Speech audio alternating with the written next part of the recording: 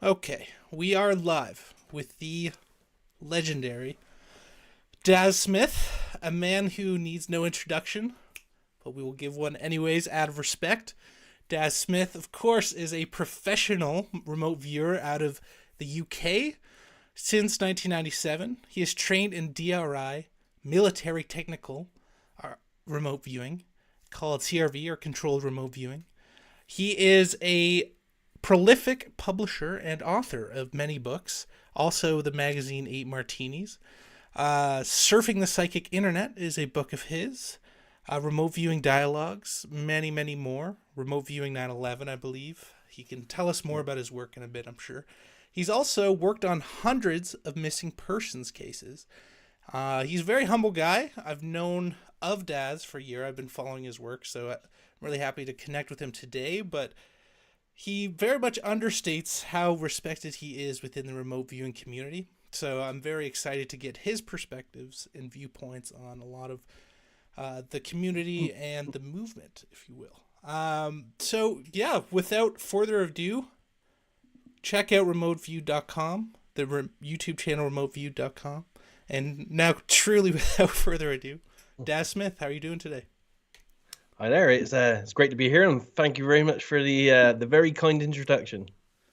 Of course, man. It's well deserved. I know I'm only scratching the surface of a lot of the stuff you've been into.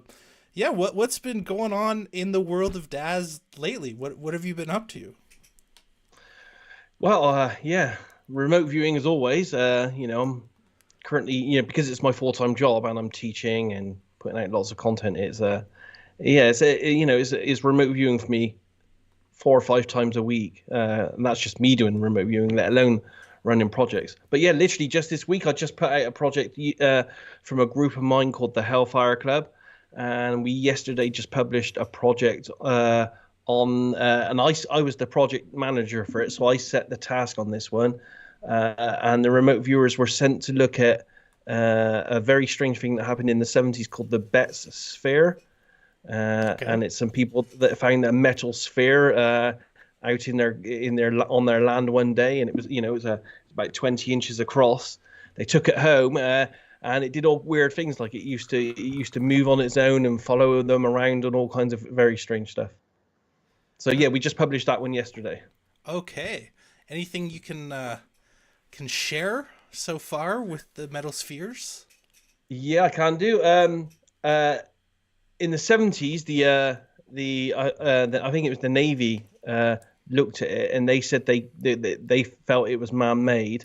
But the X-rays of it showed that inside the sphere it had 3 cores of varying densities, and there was a wire filament in there as well. But our RV data indicates that there's a lot more going on than that. Because the remote viewers, we always work blind, so they didn't know what they were working on when I set the target, but they all described a sphere, and they all described, I would say, something that was not man-made of this Earth. It was something a bit more esoteric. Right. Yeah, I would think a 2 foot metal sphere buried under Earth would be a little bit suspect. But that's just me. Maybe perfectly shaped metal spheres. Maybe that's it. Yeah, Yeah, I don't know it's a what. very interesting project, and yeah, and the history of that one's very interesting as well, very intriguing. That's why I sent the guys to look at it, to see if they could enlighten us with some details that weren't part of the kind of like public domain on that one. Yeah, yeah, and a lot of people don't really know. Like, you're on so many different projects. Like, so yeah, I'd love to get into the Hellfire Club as well. Farsight, I know you do a lot of work with those guys and Courtney. So I used to, yeah, yeah. I mean, Farsight, they're still going now, but I haven't worked with them for several years now. But oh, I'm okay. always thankful for Farsight, because they were the first people that paid people like my colleague Dick Auhar and myself to have our first forays into remote viewing on a paid for basis. So we were actually employed for doing the work, because when we do an RV project, any remote viewer out there, project manager or remote viewer, It's we do put a lot of hours into each project we work. It's not like a quick thing. We do sit down for for the Farsight projects, for example, some of the projects I was sent back into it anything up to 9 times, and each time I was sent back into it, it's 1 to 2 hours a time. So you're talking about a 20 to 30 hour project for something like that. Right. Yeah. Yeah. It's honestly shocking to me, how underpaid a lot of these remote viewers are. It's like dudes Yeah, like it's like psychic. It's like absolutely. people Yeah, are like yeah, tacking you down. I want to get yeah. into all that. It's ridiculous to me. But first, I'm not a, let's say, remote viewing specialized channel. So maybe we can just get some of the frivolities out of the way, in that Okay. maybe you can enlighten people about just the basics about what remote viewing is, how it would be different than, say, astral projection or out of body experiences, and then also maybe we can just end with how you got into it, because I know you were a medium first, correct? I would, yeah. I try. I mean, we'll start with that really. I've always been into psychic stuff my entire life. It was I guess, a family trait of mine. I grew up in a household where my mother was a clairvoyant medium healer, so it was natural that I guess we would go down the same route. Um, so I started from around about the age of 10 reading books on all this kind of stuff because we had a huge library. Luckily, we had a huge library. Not a lot of people were as lucky as I was. And we were also members of the Spiritualist Church here in Bath in the UK. So that went alongside it really. So it was easy for me to train from the age of 16 onwards officially in clairvoyance and mediumship and healing and channeling and all that kind of stuff. And then I found my way into remote viewing in 1992. But just to let the guys know a bit about what remote viewing is using your natural, intuitive, or psychic ability. And that can be any form of psychic ability, but we do it under a set of what we call strict protocols or rules. And that differentiates it from normal psychic practices. And there are around like 6 rules. And the first one is that it's never spontaneous. There's always a set project in mind. It's set and it's written down on paper. Number 2 is that the remote viewer always works blind, so they have no information about the target whatsoever, and they don't have anyone in the vicinity of them when they're doing it that knows what the target is as well. So there's no chance of any kind of like body language or anything like that going on. The data that the remote viewer puts forward is always recorded in some format: video, textual, PDFs, whiteboards, audio works as well. So the data is always recorded, so it can't be edited and faked at any point. Right. And then at some point, it's good as well if there's an element of feedback to the project, so that you can take the remote viewing data and then you can take the actual known data about the target, and you can look at the remote viewing data and you can assess it for accuracy as well. So it's pretty much those rules that we work within. And we do accept pretty much any kind of psychic technique within those rules. But most of us use a methodology that came out of the CIA stroke intel agency military Code War psychic spying kind of regime, which comes from a technique, as you said, called controlled remote viewing that was developed around about the years 79 to 84 for the American military. And would that be Ed Dames who developed that, or is that Ed Ding, Ingo, or? Ingo Swann created the original CRV methodology, trained Ed Dames, half trained Ed Dames, I should say, and a few other people. And then they went on to train other military people. And then when they left the military, people like Ed Dames then went on to teach a different form of CRV, his own slightly changed version of CRV. And it's gone like that through the ages now. The last 27 or so years, people have made their own changes and so forth. So there are lots of derivatives of CRV out there on the market now, probably about 15 or so different kind of floating methodologies with different changes in them. Yeah, and thanks for that clarification. And from what it sounds like, I mean, I'm sure humans have had psychic abilities from the dawn of time, right? So that people's ability to perceive at a distance this has been happening probably since the dawn of humans, or I'd love to Yeah. know your thoughts on that even. But it sounds like remote viewing as a technique is basically the falsifiability, repeatability. Um, that would differentiate it from just psychic ability broadly, or even viewing Yeah. at a distance would be a system to make sure that you can, it's non-falsifiable, or no, it is falsifiable, to make sure, the data you have is good. You're not, Yep. it's blind for the most part. It's repeatable. And I'm sure it takes a lot of training. So I'd be curious for you, you already had a background, as you were saying, growing Yeah. up in this world. So was it a natural transition for you to go from kind of as a medium, a spiritualist, if you will, to a practiced remote viewer? Or?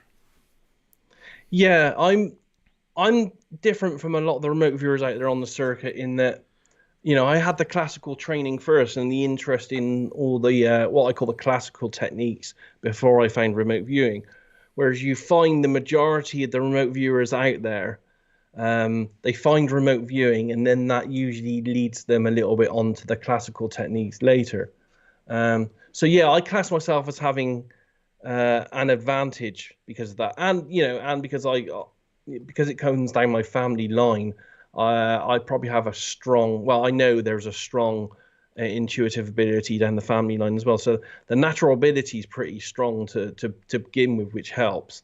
And then there's my, I would say, my unhealthy obsession with all things paranormal, going back to, as I said, the age of 10, which is, now 44 plus years, which is fed that to a large degree. Right. Yeah. And I really appreciate that about you. Like, in a lot of the works that I've seen, and I've seen several of your recorded sessions with Hellfire and previous ones with Farsight, you're very matter of fact. You can tell your training does kick in, and that even though, very clearly either JFK or UFOs, at least for me when I'm hearing it, you're keeping it real dialed in, technique really tight. It's clear that you've had this kind of background in it. And do you think one is important to the other in terms of having a base level of, either spiritual awareness or, do you think they affect each other? Yeah, definitely. As I said, I think my prior training has given me the advantage over most people in that I spent many years trying the different techniques. Because I tried clairvoyance, mediumship, as I said, did a bit of channeling, healing, and divination. When you break down divination as well, I used mirrors, tarot cards. We used crystals. I did sand reading, tea leaf reading. Pretty much anything out there. I practiced for a while before, for many years before I even heard of and found remote viewing. So that gave me a good basis on all different methodologies and all different, because remote viewing is very personal to each of us as well. It's different for each of us, and it's a very subtle expression or art form that comes through you. It's very kinesthetic and it's the whole body kind of integrated into it. So, and it's a misnomer as well. We call it remote viewing, but the majority of the data I and most other remote viewers get isn't visual in any way. Yeah. It should really be called something like remote sensing or something, because most of the data you get in a remote viewing session is almost like very internal, subtle feelings. So you kind of feel that the target is hard and it's solid and it's a structural thing. You don't actually usually see that it's hard and solid and a structural thing. But the good thing about remote viewing is it's different than the other classical psychic techniques in that when you use those, you generally only use one at a time. So if you do clairvoyance, that's usually just seeing things. If you're a clairaudient, you usually just hear things and so forth. But remote viewing is different in that you imply every sense. So I can taste the target, I can smell the target, I can touch the target, I can feel its temperature, I can walk around the target, move inside of it. I generally move myself around the target to try to look at its complexities from different angles. So there's a whole raft of sensory data involved in remote viewing that you just don't usually get in the classical ones, because it's usually broken down, as I said, by individual senses. Yeah, I did Ed Dame's course. I Yeah. found it online, and it was bizarre. So the first actual remote viewing I did, I was fairly accurate, and it was kind of freaky. Like I had kind of the feelings right. Yeah, I felt like it felt isolated, and anyways, it was like a mountain with the building in front, and I got some of the textures right. I got kind of the Yep. outline right, and yeah, like it felt very subtle, and a lot of it is just kind of quieting the noise, right? Because there's Yes. like signal Yep. and noise, right? Like we're tuning in, but then your mind's like, no, it's this, and Yes. right? It's a constant battle, because there's a part of you, we all have an ego part of us, and there's a part of us that always wants to jump to conclusions and wants to, it wants to come up with the conclusion of what the target is. So it's always trying to please the tasker and jump in there and say, yeah, I know what this is. I know what this is, even before you have all the full information. So yeah, it's like a constant battle internally to try to keep the ego slightly to one side, and to try to categorize the signal from the noise, which is essentially why Ingo Swan's controlled remote viewing technique was quite instrumental, and it's quite I class it as a working genius in being able to do this.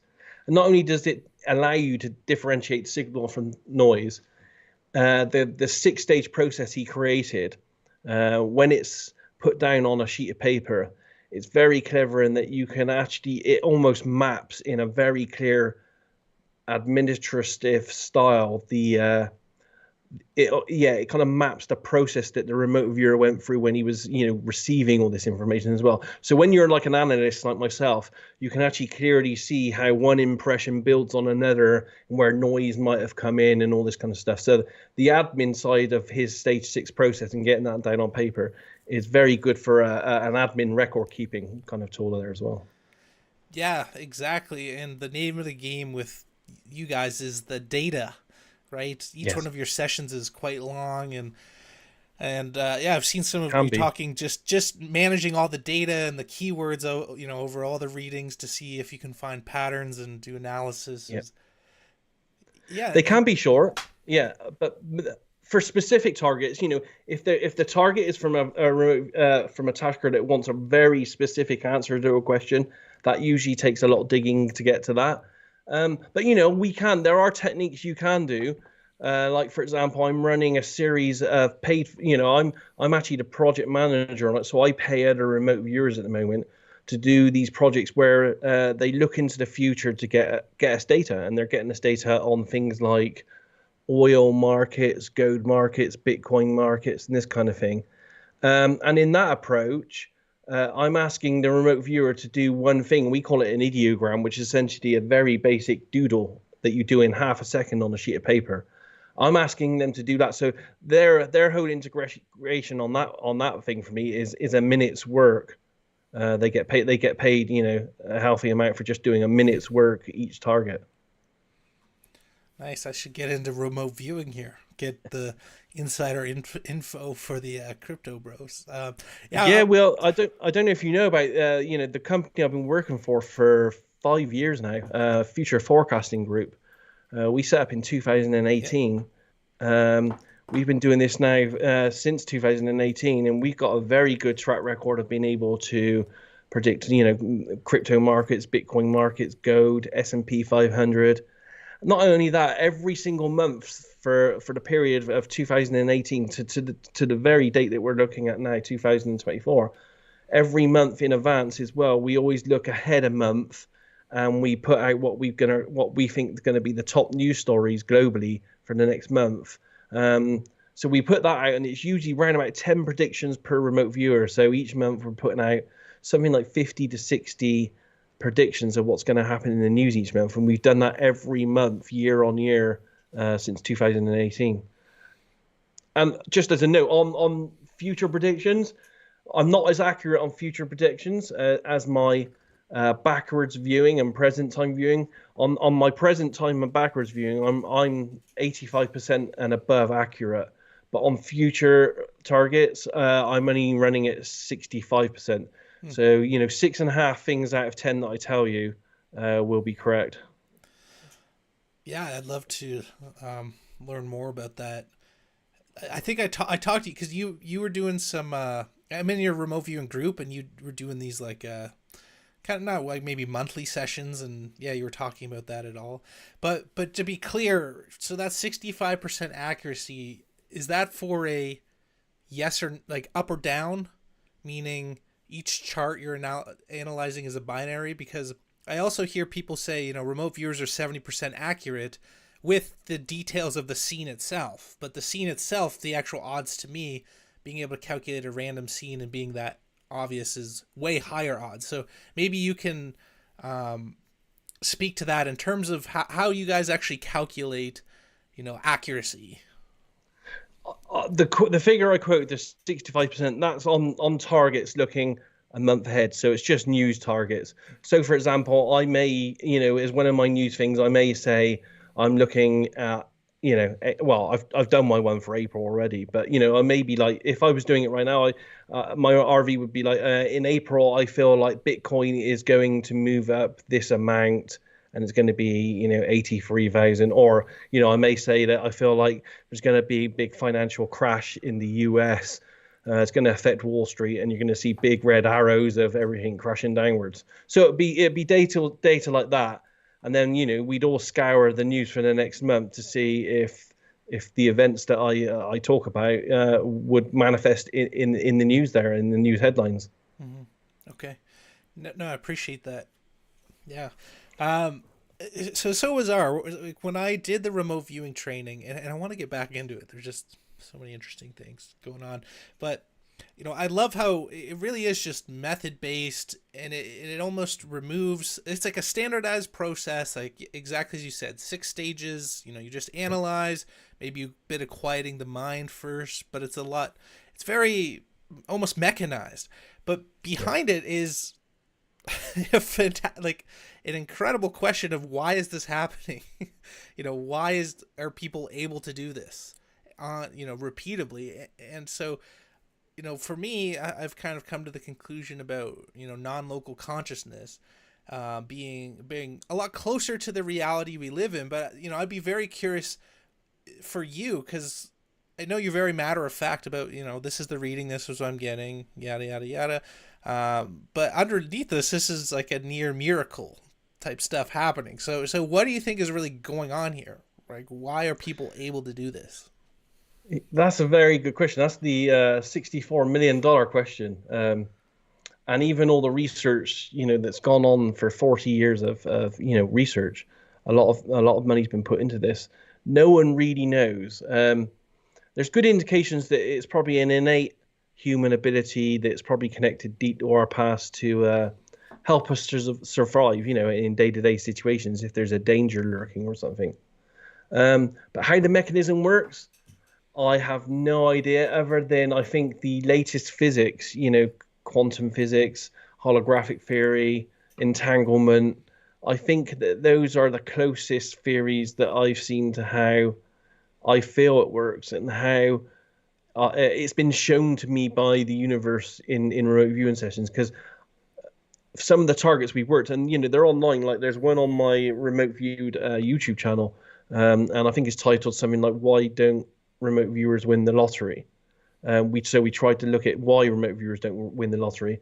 When we did that, for example, I was actually shown the entire process of how the information comes through, and how it comes out of the universe through these kind of like quantum micro wormhole tunnels that link to this vast consciousness in the universe. So there's all this kind of really out there kind of stuff that we can't really quite quantify yet, because we don't have the knowledge or the expertise.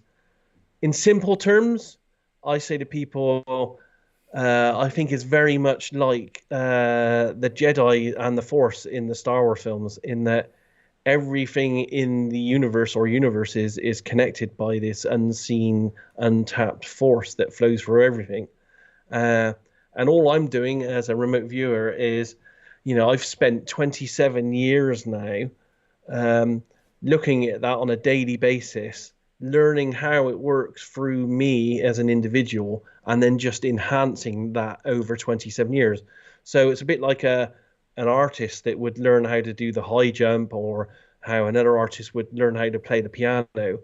You start off really bad, but over 27 years of practice, you know how your fingers work, your body works, and so forth. And that's all I've done. So over 27 years, I've attuned my internal feelings to really understand the subtle, kind of very minute pieces of information that comes in, and then it allows me to transfer that down onto the paper or video.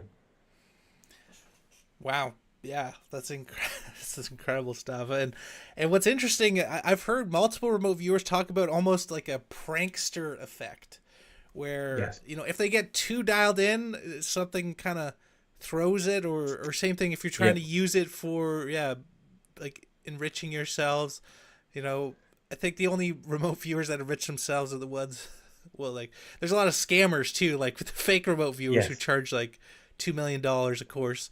But the actual real remote viewers, it's kind of, I wish they made more because it's such an incredible talent, and I think their data speaks for itself. But yeah, Yeah. could you maybe address that, this like almost prankster effect I've I heard don't about? know. Absolutely, we've all come across. We call it the trickster effect, Trickster, okay. Yeah. and it doesn't just happen in remote viewing. It happens in all types of psychic work as well. Like you'll find that when they're doing like channeling, or they're going out there contacting things in the universe, even like using Ouija boards and all that kind of stuff. There's the same kind of trickster effect there, whereas there is some kind of force or entity or some kind of, we don't know what it is, but there are. Is it just one thing or many things? We don't know, but there is something out there that does like to play with us, and I don't know why that might be. In my case, most of the time when it plays, it's almost like to bring me down to size when I think I'm getting a bit too cocky with something. Okay. But in when you asked the question about money, and as I said, that's why we did the why don't remote viewers win the 100 million on the lottery kind of project. In that, I've known through my history of looking into remote viewing that there have been some very, very talented people over the decades, and you can see their work charted. Ingo Swann, for example, did over 1 million experiments, absolutely amazing track record, just like Joe McMahon-Eagle. Yet, Ingo Swann died with hardly any money. He was pretty destitute towards the end. Yeah. So there has to be a reason why. And the only reason why I can think of, and this is based on me myself, is that I know that, because I know what I'm like as a person, I know that if I won 100 million on the lottery, I would disappear from remote viewing. I would never do another remote viewing ever again. I would buy an island, and I would just sit on the island drinking and eating, and yeah, just doing that. And although that would be great, and all of us want something like that in our lives, it might not be why we're here as individuals and as spiritual beings. Just because we want it, it doesn't mean that we're going to get it. And I truly believe that remote viewing is my destiny, because one of my very first psychic outings I wrote when I was 15 years old is, one day I will find a way to travel with the mind. The mind is the way to time travel and stuff. And it wasn't for like 10 years until I found remote viewing. So I've kind of known all my life that this psychic journey of mine is my destiny. So I also know that if I did win that 100 million on the lottery, it would interfere in my destiny, and maybe there is a force out there that just doesn't allow that to happen. Yeah. Yeah, there's a lot there. Smaller amounts, you see, I can win. It's no problem at all. I've made nice bits of money betting on individual, like events. Who's going to win a certain competition on the TV? Who's going to win the outcome of a certain game? If it's small amounts of money, that does seem to be no problem at all. I think it's when we start going for the money that's going to be absolutely life-changing for myself and then hundreds of people around me, that there's something in the universe that says, whoa, hold on here, that might not be part of our game plan. I should tell it to my, so I'm here in Canada, and all my I got some Brits like buddies, right, and they got me really into like sports gambling. Like I never Yes. gambled before, and for them it was just way more commonplace.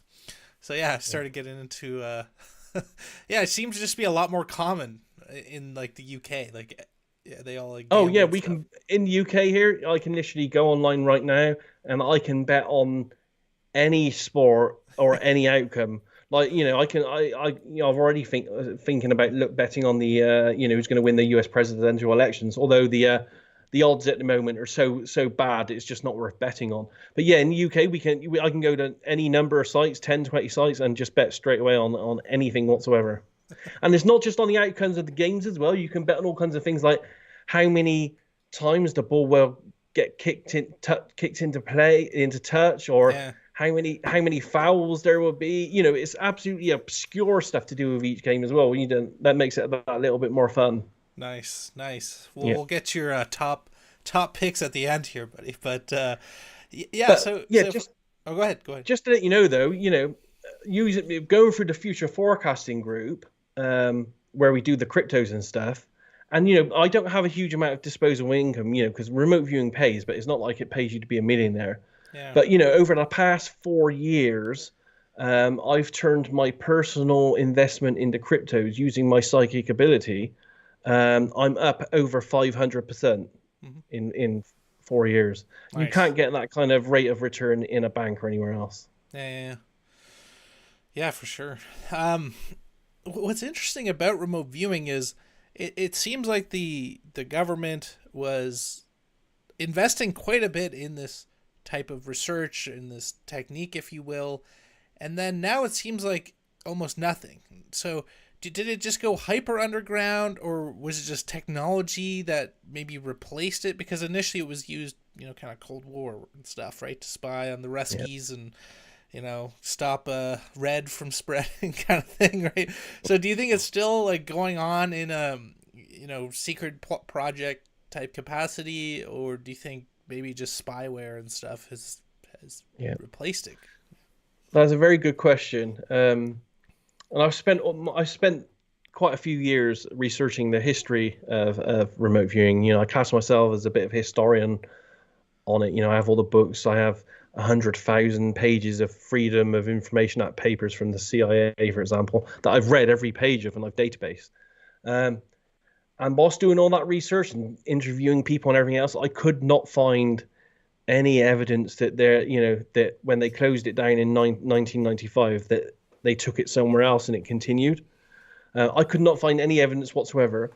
But the last couple of years, I've had a couple people come to me that were very, very high up when the program was running in the 90s, who have indicated to me that they have knowledge that there is a secret program going on. And it'd be like, well, if you know anything about the UAP programs, where they go underground, they're not really government controlled anymore, because they're farmed out as special access programs, as like consultancies. It's probably not even called remote viewing anymore. It's probably called something like, I don't know, strategic information gathering or something. Yeah, So yeah, for many years I thought there wasn't anything, but now I'm a bit more intrigued. I think that there might be a possibility. Although, as we know, technology nowadays is everywhere. It's in your phones and everything. So, they don't need psychic spies like they did back in the 70s and 80s to spy on the Russians, because technology does it to such a great degree. yeah, I think that if it's out there, it's probably being used on something like the UAP non-human intelligence scenario, because we know for a fact that any kind of interaction people have claimed to have with UAPs or non-humans, going back to the 40s, abductions, all kinds of stuff, all kinds of encounters, they've all been psychic in nature. All communications are psychic in nature, and there are all these allegations as well from people that allegedly worked on secret programs that the craft, have a psychic interaction with the pilots as well. So if remote viewing's out there, I don't think it's being used to spy on the Russians anymore. I think it's probably being used on higher stuff like the UAPs, non-human intelligence problem, and maybe trying to predict things like future terrorist attacks and that kind of thing, but not really spying anymore. I don't think. Yeah, yeah. It's so incredible to me. Like, the movie "The Men Who Stare at Goats" I think was just like a whitewash to make all remote Yeah. viewers look idiotic.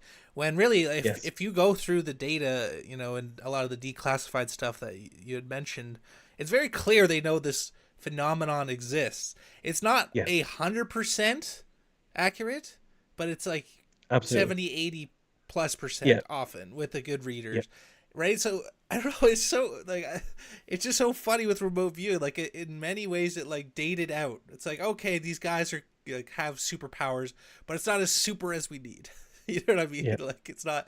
You have to bear in mind though that all this originated in the US, and in the 70s, moving through the 80s and then into the 90s, and it did always, because I've read, I've got all the documents, I've read the history of this. You can actually see it, even though it was working and they could prove and show it worked on a constant basis. You would always have detractors at every level of government because they're biased by their religious beliefs. A lot of them believe that this is actually the work of the devil.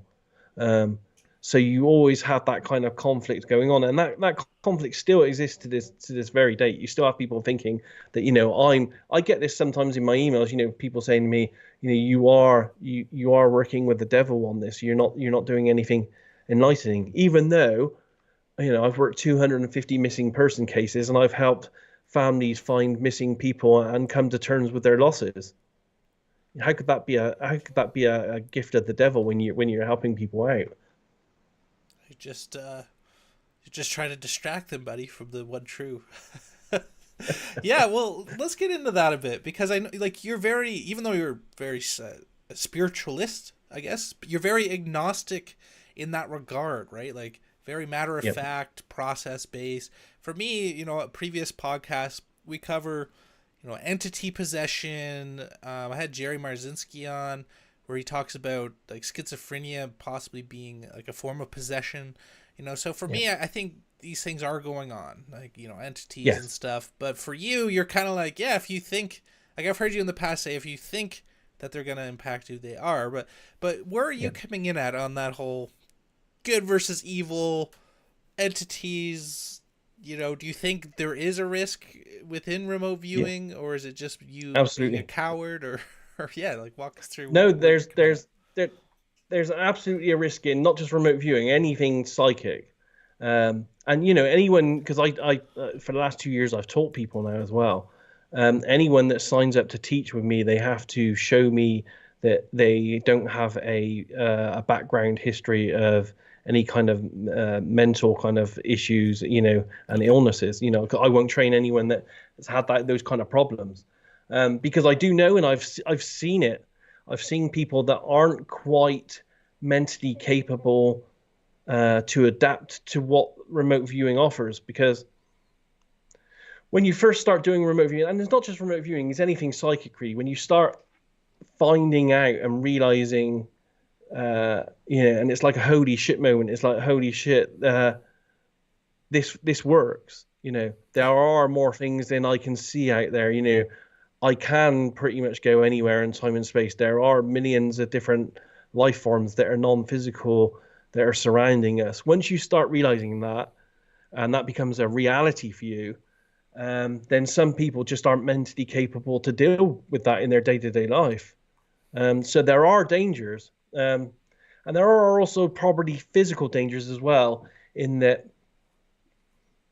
our minds are very capable, as we know from things like the effect of when you take drugs and the drugs aren't actually working for you, because they're a placebo effect, but that does make you better and stuff. The mind is an amazing tool, and if you really do believe certain things, you can make them your reality. Hmm. And as I said, the universe is a larger thing as well. They're just because we can't see them, it doesn't mean that there aren't non-human or non-physical entities out there that don't like to play around with us and mix with us and do all kinds of stuff. All this kind of stuff's been reported since the dawn of time. Right. It exists out there. So there are dangers, and I don't know if you know much about the hitchhiker effect as well that's been written about. No. Um, it's essentially in the books, The Hunt for Skinwalker, and it happened at Skinwalker Ranch. Oh, But what yep. they've scientific and Gary Nolan's been involved in this as well, and some top scientists out there have actually written up documents and experimented and looked into this now, and they found that people that do have paranormal events, especially based around things like seeing UAPs and stuff, then they go on to have what they call the hitchhiker effect, whereas they the paranormal effects go home with them, and then Mm. it gets transferred to people like a viral. It's actually got a. They've even rated how transmissible the virability of paranormal effects is, but it has a transmissible virability effects. So as if you go home after having a paranormal effect, you could actually pass that on to your wife, who can then pass it on to the kids, who can then pass it on to the neighbors, and yeah, so we do know that there is what we call this hitchhiker effect that happens around paranormal UAP, Hmm. very strange events. Well, that's interesting. Yeah, I had Bruce McDonald on here a few times, author of the Stardust Ranch. Very similar to the Skinwalker Ranch. They were actually it's directly south of it, and same phenomenon went on. And yeah, he spoke about that as well. A lot of people having Yeah, bizarre stuff following them, even being involved in it. But has that not absolutely. has that not been the case for you? Like, have you had any, you know, entity attacks, Well, or do you ever feel like you're being attacked, or are you not so doing much in blood remote rituals viewing. secretly or something? Yeah, Okay, more sorry. so in my early days, and I wrote about it in the book called Surfing the Psychic Internet. So I did a lot, and that was many years ago. I did a lot of what we call channeling and going out into the universe, kind of.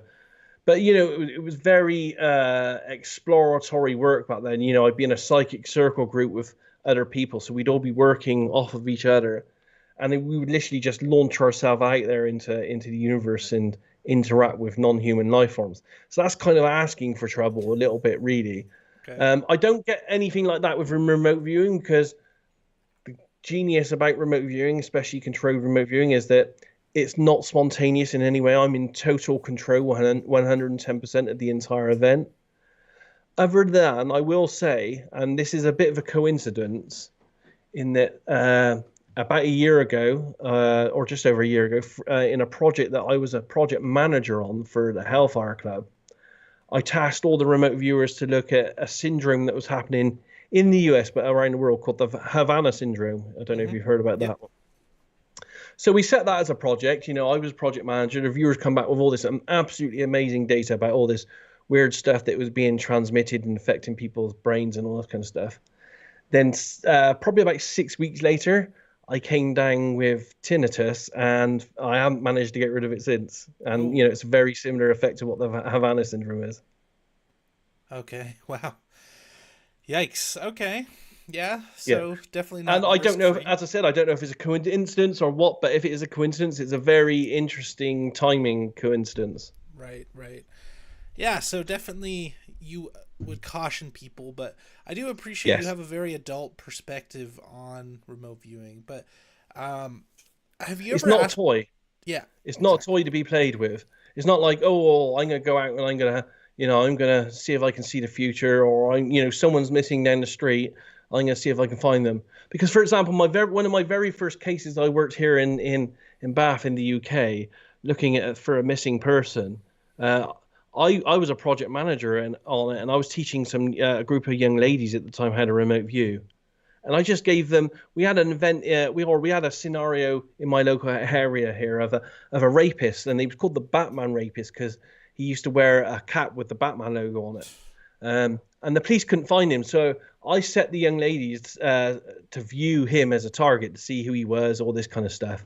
They came back with some amazing data. So I sat down with them. I said, "What should we do with this?" And they said, "Well, why don't we send it into the police and see what happens?" So I did. In my naivety back then, in my younger days, I sent it all into the police, only to then be made one of the major suspects in the case. And I was haunted by the police for the next 6 months. They were asking me questions, taking fingerprints. They wanted DNA samples and everything. So you have to be very careful what you do with this kind of thing. It's not a toy to be played with. Oh, for sure. Yeah, and even helping the police, right? That's a whole. Yeah. Watching Mindhunters. It's like the Yes. perpetrators will often insert themselves into the investigation, right? So you're trying to do these Exactly. readings, and then Exactly. they're going. I guess that's what they thought I was doing. And, obviously the data was good because it made me a suspect. Yeah, a little too good. Yeah. Yeah, a little too good. Yes. And so that was quite a negative experience. But, I have had positive experiences with working with the police. As I said, I worked with a group that's based in the US called Find Me Group. And it's essentially a two-tier group in that there's a project manager called Kelly Snyder. And his working life was as a DEA agent. So he has the law enforcement kind of connections. So he's the middleman, and then he gets us as a group of remote viewers and psychics to work with the police, but him being the middleman on code cases and cases where they have nowhere else to go. So they come to us as psychics and remote viewers, as like a last resort, really. Yeah. And when I worked for them, I worked for him for 5 years on projects. We had a very good, healthy success rate of helping find bodies and missing people. We have letters off police chiefs and everything. I worked for quite a few of the police departments in most of the states of America at one point or another. Yeah. Wow. Yeah. I've seen some of your work there too. Yeah. But that's dark stuff too, man. It is. Yeah. And that's why I stopped after 5 years, because it never ends. There's literally hundreds of thousands of people go missing. So it's a never-ending stream of people begging you for help and wanting help. And, the police coming to you wanting help. And, although you don't visually see stuff, you do kind of feel stuff and you do picture stuff in your mind. And a lot of it is pretty grim stuff. People being killed, carved up, murdered, hidden, raped, all that kind of stuff. So doing that, as I said, I did it for 5 years, and then I thought, well, I need a break. Although it's helping humanity, I actually need a break from this, because it can take quite a psychological toll on you as an individual to do that kind of work. Yeah, putting it mildly. Well, I do want to thank you for all of your work doing that, and yeah, I'm glad you stopped. Because it can that in itself, I've seen a lot of guys go insane. Even police officers, just seeing gore and stuff like that repetitively, it's tough. And you got to be careful. But I do really appreciate you doing that work. You've put out a lot of very interesting stuff, not just the Hellfire Club, but I saw you did like JFK and the Afterlife. You've done quite a bit of UFO stuff. Maybe we could dig into some of kind of top 3 cases for you that have really spoken and maybe changed your view of reality. Oh, good question. Top 3.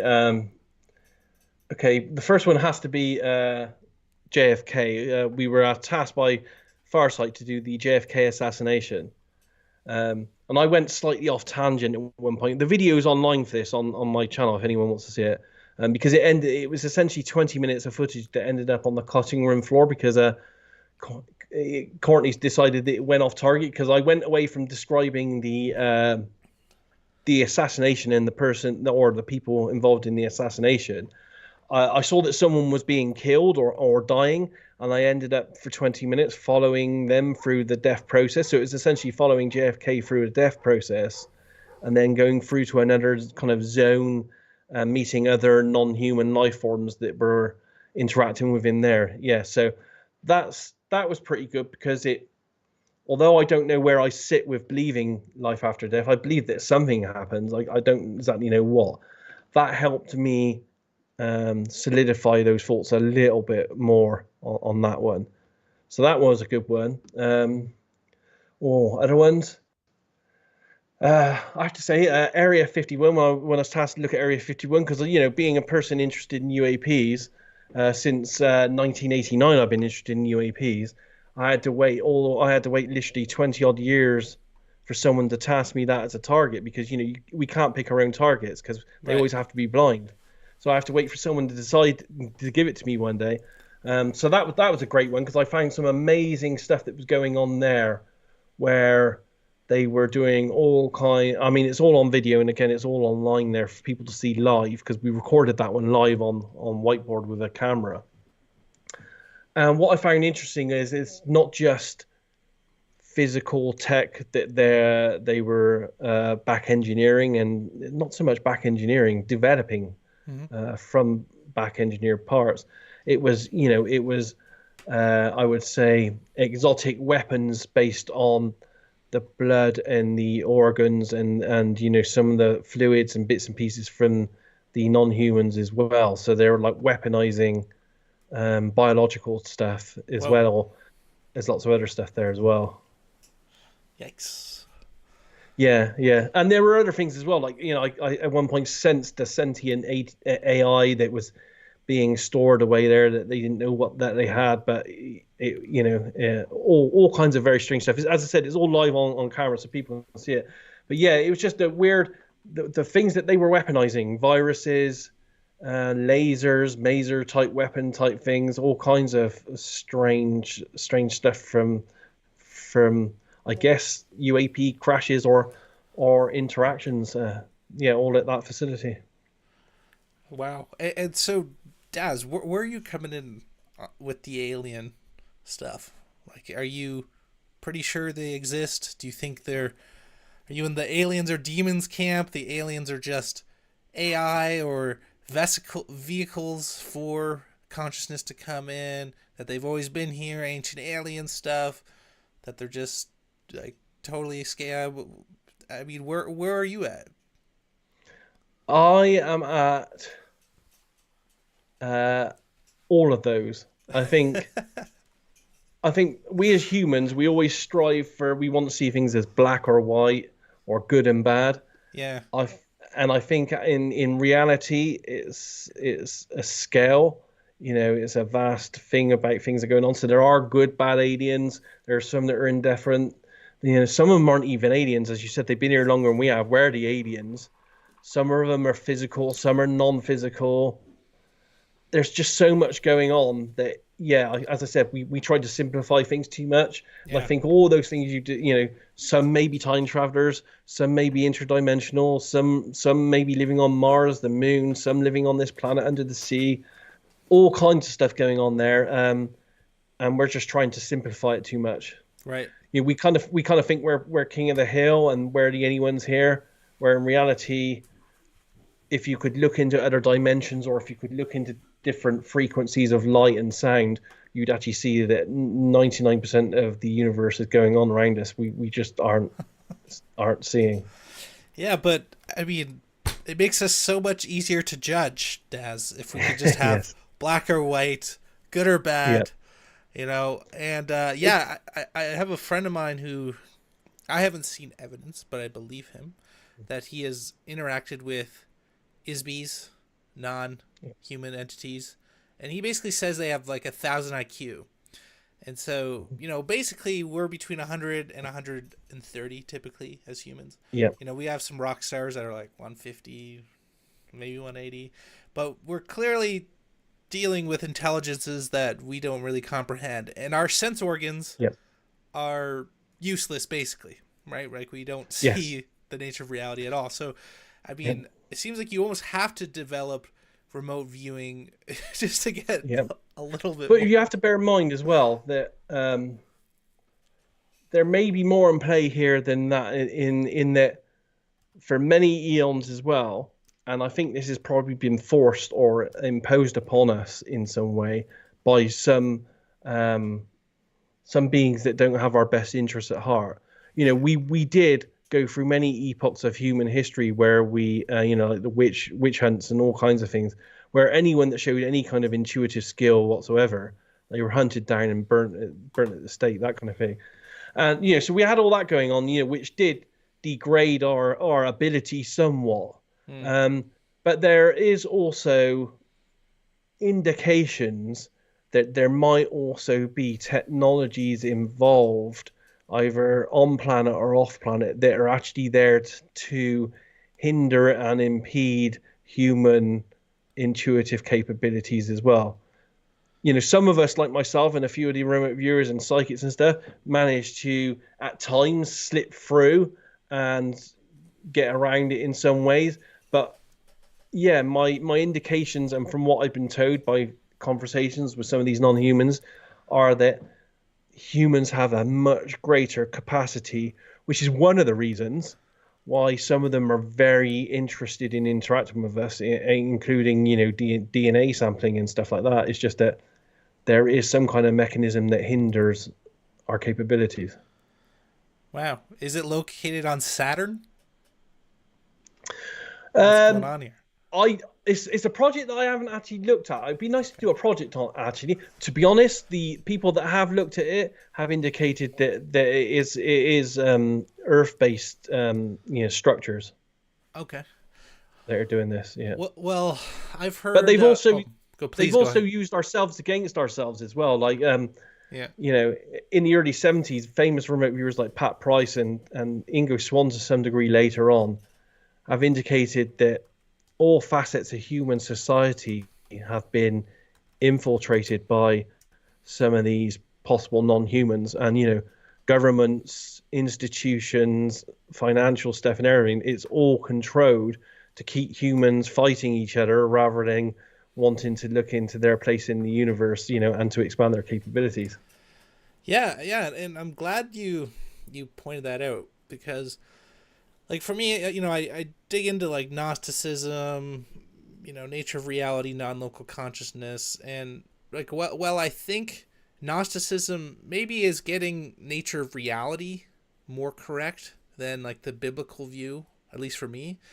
What I wish Gnostics called out more is like the clear insanity slash psychopathy of the modern world, right? To me, it's clear that a lot of the world's leaders are just like psychopaths, and that they don't even care about hiding it anymore. Yeah. I don't like the moral relativism, at least for me personally, you know. But I know the opposite of just like painting everyone, as you said, black and white, is kind Yeah. of kind of lame too. But Yeah.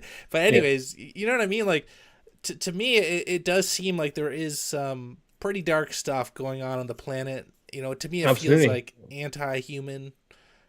You know, Some of it is, but you can look past that and you can access, if you know how to do it. Not using remote viewing.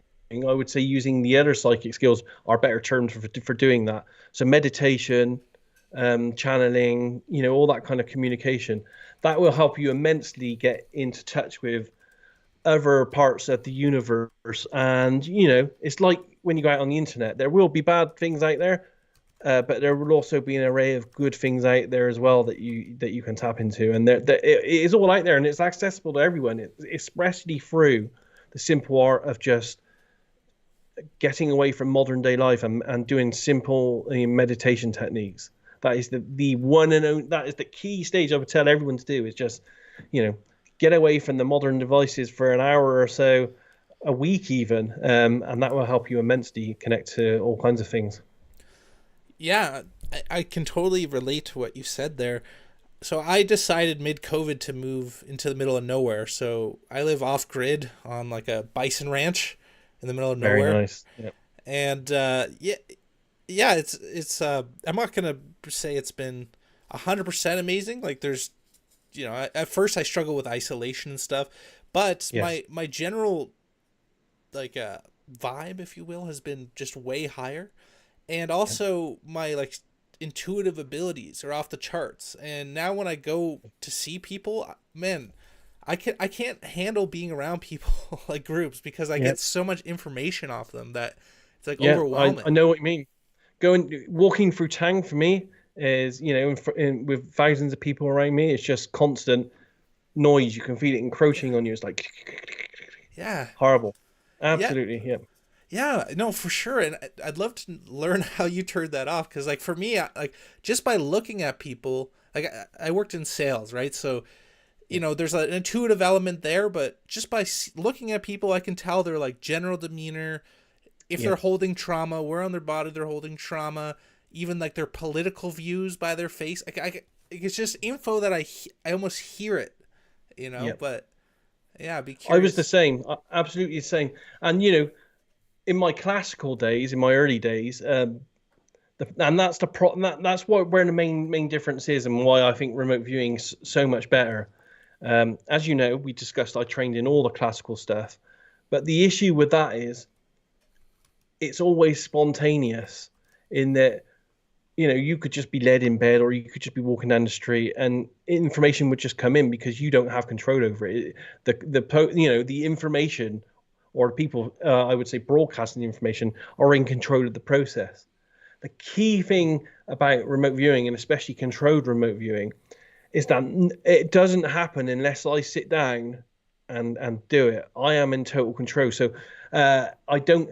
I usually, and I've dampened all my spontaneous stuff down over to 27 years of practice in remote viewing, to such a degree that I don't get really spontaneous stuff come through anymore. Okay. So I literally just have to sit down, and I could do it right now. I could sit at this table here and say, right, I'm going to do remote viewing. It'd take me about an hour, of course, but I could literally sit down here, and the moment I kind of say, okay, that's it, I'm turning it on, that's when I get the information, but I don't get it any other time. But that might be because I've spent 27 years training myself now to block everything that's spontaneous out, and me being in control of it. Yeah, that's interesting. It's kind of like there's an app called IP Tools where you can see all the comings and goings of your computer, Yes. and it's like you've Yeah. closed all the ports except for one that you Yes, selectively but open. it's not like it's a simple thing. It probably was a progressional thing that took me, as I said, I've been doing this for 27 years now, so it probably took me over a decade to be able to slowly turn all that off to the degree that I'm now, Yeah. I would class as is in control of my own destiny with that kind of information. Yeah, because a lot And of to be these. honest, Oh, go ahead. every now and again something does creep through. You get an intuition, but it's not like it was, like you said, walking down the street and it's all like noise from all around. It's all off for me now unless I sit down and turn it on. Yeah, for sure. And a lot of these channelers burn out too, and they kind Yes. of that's less talked about. They kind of go insane. Some of them. Yeah, as I said, you need, anyone looking into any kind of psychic work whatsoever, um, even meditation to some degree, but any kind of psychic work whatsoever, when you're opening yourself up to new expansions, because you're expanding your own horizons, you really need to be in a good state of mind and a good, safe place. It's not worth doing it if you're in a stressful, non-mindfulness, very, very bad situation, mentally for yourself. You need to be in the right headspace to look into any of this kind of stuff, really. Yeah, no, and I really appreciate your disclaimer, and that carries through all of your work as far as I see, as well. But you don't take the everything is evil, everything is Satan, that you don't understand No. view as well. So I really appreciate your the balance you take to it. But on the reality front, I'm still surprised. So past lives. So, you're still uncertain about that, right? Like your JFK I am. reading and others, I think it doesn't. Do I it think for there's everything. something in it, and the data's compelling, but remote viewing's kind of ruined it for me, in that I can do a target and I can get information on anyone's past life just through remote viewing. So what's the difference? How do I know that the people that they're talking about a past life, they're just not doing what I'm doing with remote viewing, but through a very slightly different mechanism? Yeah. Because all information's out there in the universe. See, when we remote view, there's absolutely no indication whatsoever. Let's say, for example, you set me the target of the moon. Let's say, the latest lander that went to the moon, kind of thing. There's no indication whatsoever that there's any part of me that's, once you give me the target, that is, I'm like, woo, zipping across to the moon and having a look. Yeah. There's no indication. There's any travel that happens whatsoever. What we think is happening is that all information about that, everything that's happening at the moon, because everything in the universe is entangled, all that information is actually available within me and every part of me and every, in this microphone, it's everywhere in time and space. I So see. I'm just opening myself up to that information. I see what you're saying. Well, as opposed to like the Akashic Records people. So some people think remote viewing is you like all infinity is stored in a record somewhere that we can pull from, and that's what remote viewing is. You're saying it's Yes. a bit of a different I'm take. saying it's that, but there is no specific location for it. It's all information is everywhere. Yeah. From all of time, from time that hasn't happened to time that has happened. Okay. It's Okay. all there already. So everything that's ever going to happen in the future, the information is actually there for us to access now as Yeah. well. Yeah. Everywhere.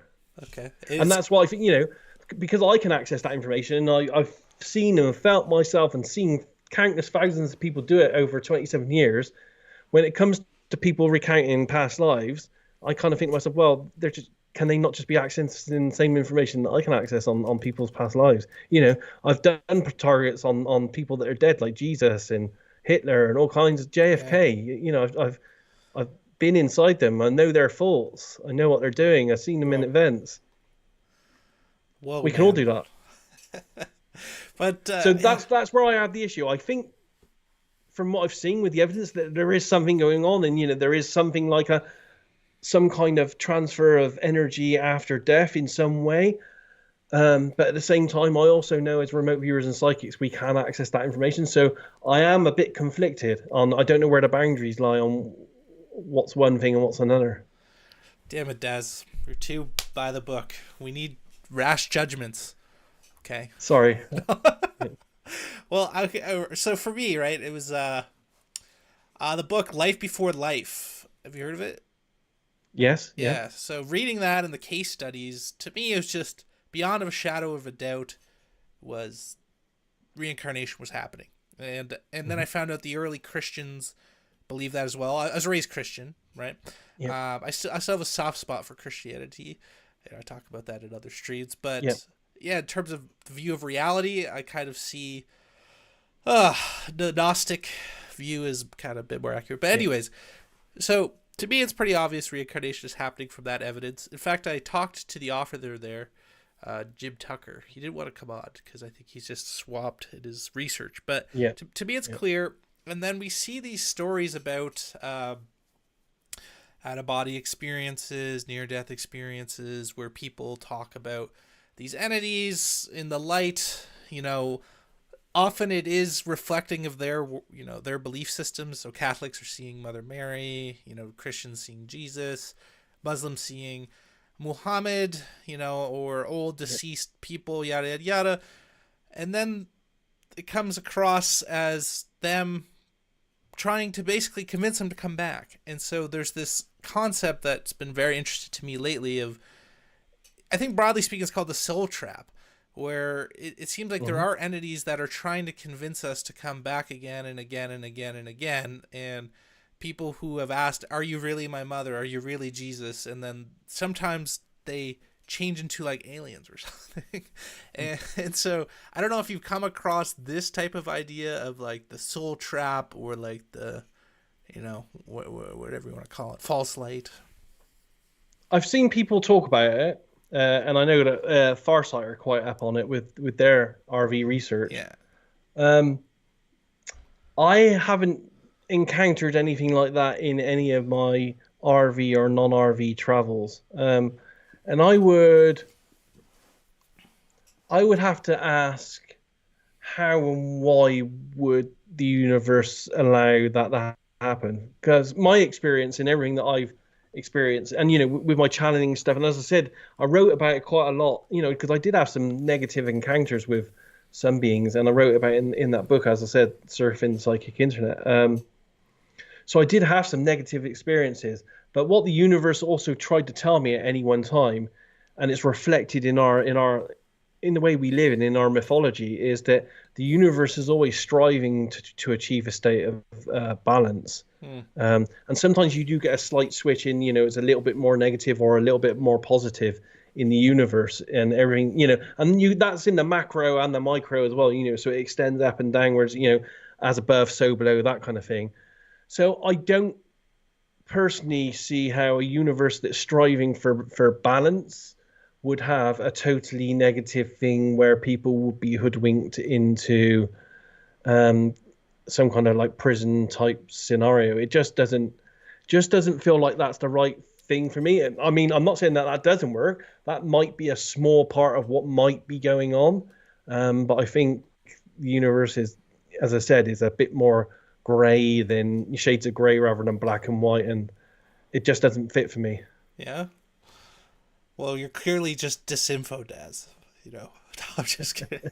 I hear people say that all the time about everybody who disagrees with them. Well, what about the concept of loosh, right? So you read the books of Monroe. I'm sure you've read his books, Journeys Out of the Body and such.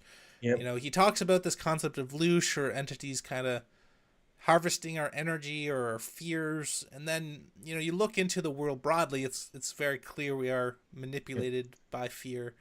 Do Yeah, you that think there's an happens. element of truth there, especially in the spiritual realm? Yeah, Or no, that happens, but we do that as humans as well. Some of us, get off very well on causing people to have emotional disturbances about us.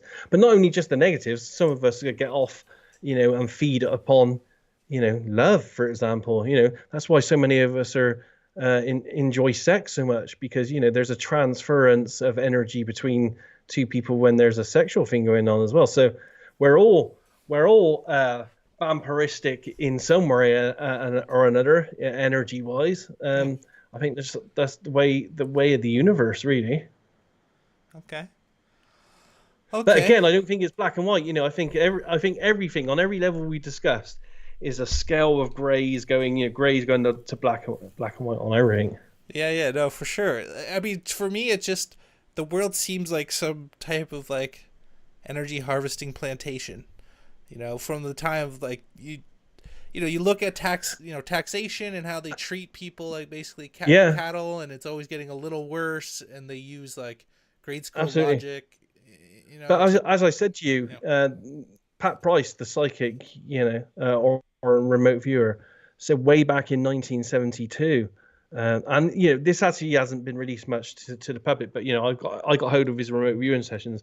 yeah, But he's not the only person that said this. There are notable psychics as well who have said that everything's manipulated. And there are forces out there that are setting us against each other. They want us to be fighting, uh, because the more we're concentrating on that, the more we're not seeing what they're doing. And we have to be honest. Some of the non-humans, and I don't know if they're aliens, I don't know if they're interdimensional. All I know is they're non-humans. Some of the beings out there are farming us. Earth to them is a farm. yeah. There you go. Yeah, didn't he took some of his videos down, right? Price, because he had. Pat, he didn't have any video. Pat Price died in oh, 1974 or Oh, five. okay, He went okay, to work for the CIA. Then a few weeks after he went for the CIA, he died under mysterious circumstances. right, right, Allegedly, right. it was a hit from the Russians or something. Uh, yeah, yeah. People have said that too. That you could like use remote viewing or well, let's talk about Stranger Things, because my understanding is, have you seen Stranger Things, the TV show? Yeah. Yes. My understanding is a lot of that is like kind of based on what we're talking about here, right? Do you think Stranger Things is more true than they want to let on? Because there's a lot in there, right? There are elements from it that have been binding around for many years in Yeah. different circles. Montauk experiments, that kind of stuff. I haven't seen any solid evidence for a lot of what they're talking about. Um, but again, you never know really. I guess there are some parts of it that could be true. Right. But isn't there's this concept of like you can use remote viewing to harm people? Like do you think that's possible? Remote influence or remote Yeah. action. It was tried. Absolutely, it was tried. There are documents from it in the Stargate archives. Not many, which is weird in itself. I've personally found several references talking about how they were doing what would they call remote action trials.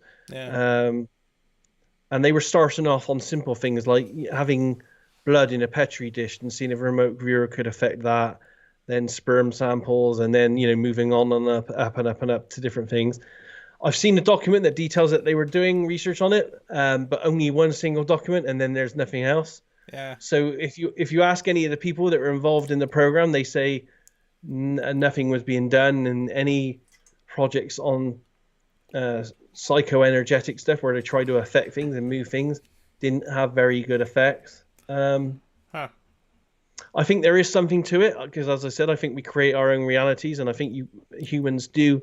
We do affect things like prayer alone. We know from scientific experiments that prayer works. It helps people heal.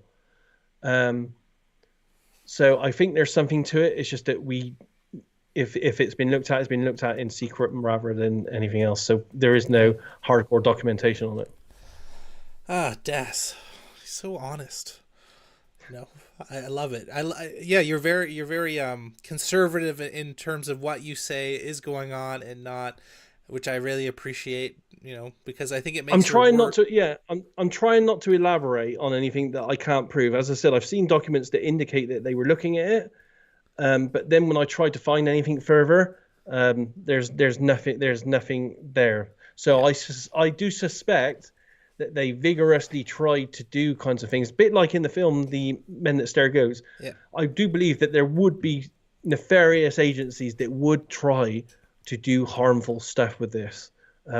I just have not seen any solid documentation to back that up. But knowing what humans are like, it wouldn't surprise me whatsoever if they didn't try it at some stage. And Yuri Geller says that he was hired to do that kind of stuff on behalf of the I think the American military. Yeah, I remember that. But then what's his name? Randall Carlson got him on that TV show, right? That was Yuri, right? Yeah. So yes. Yeah. It was, anyways, yeah. So I appreciate what you're saying here because I think you're always keeping it real, Daz. That's what I really appreciate about you. And yeah, it's just like, for example, this concept of, I'm sure you've heard, like Eisenhower made a pact with the Greys. These are just kind of like truth or folklore that is just taken as fact when there's not really any evidence. And you're probably seeing a lot more of that than I even am. So I appreciate your, Yeah. But I do think there is some truth in all that. Because I've been I've been researching UAPs and stuff now since I was 19, so 1989, and it's I did a lot of it in the early days here in the UK, when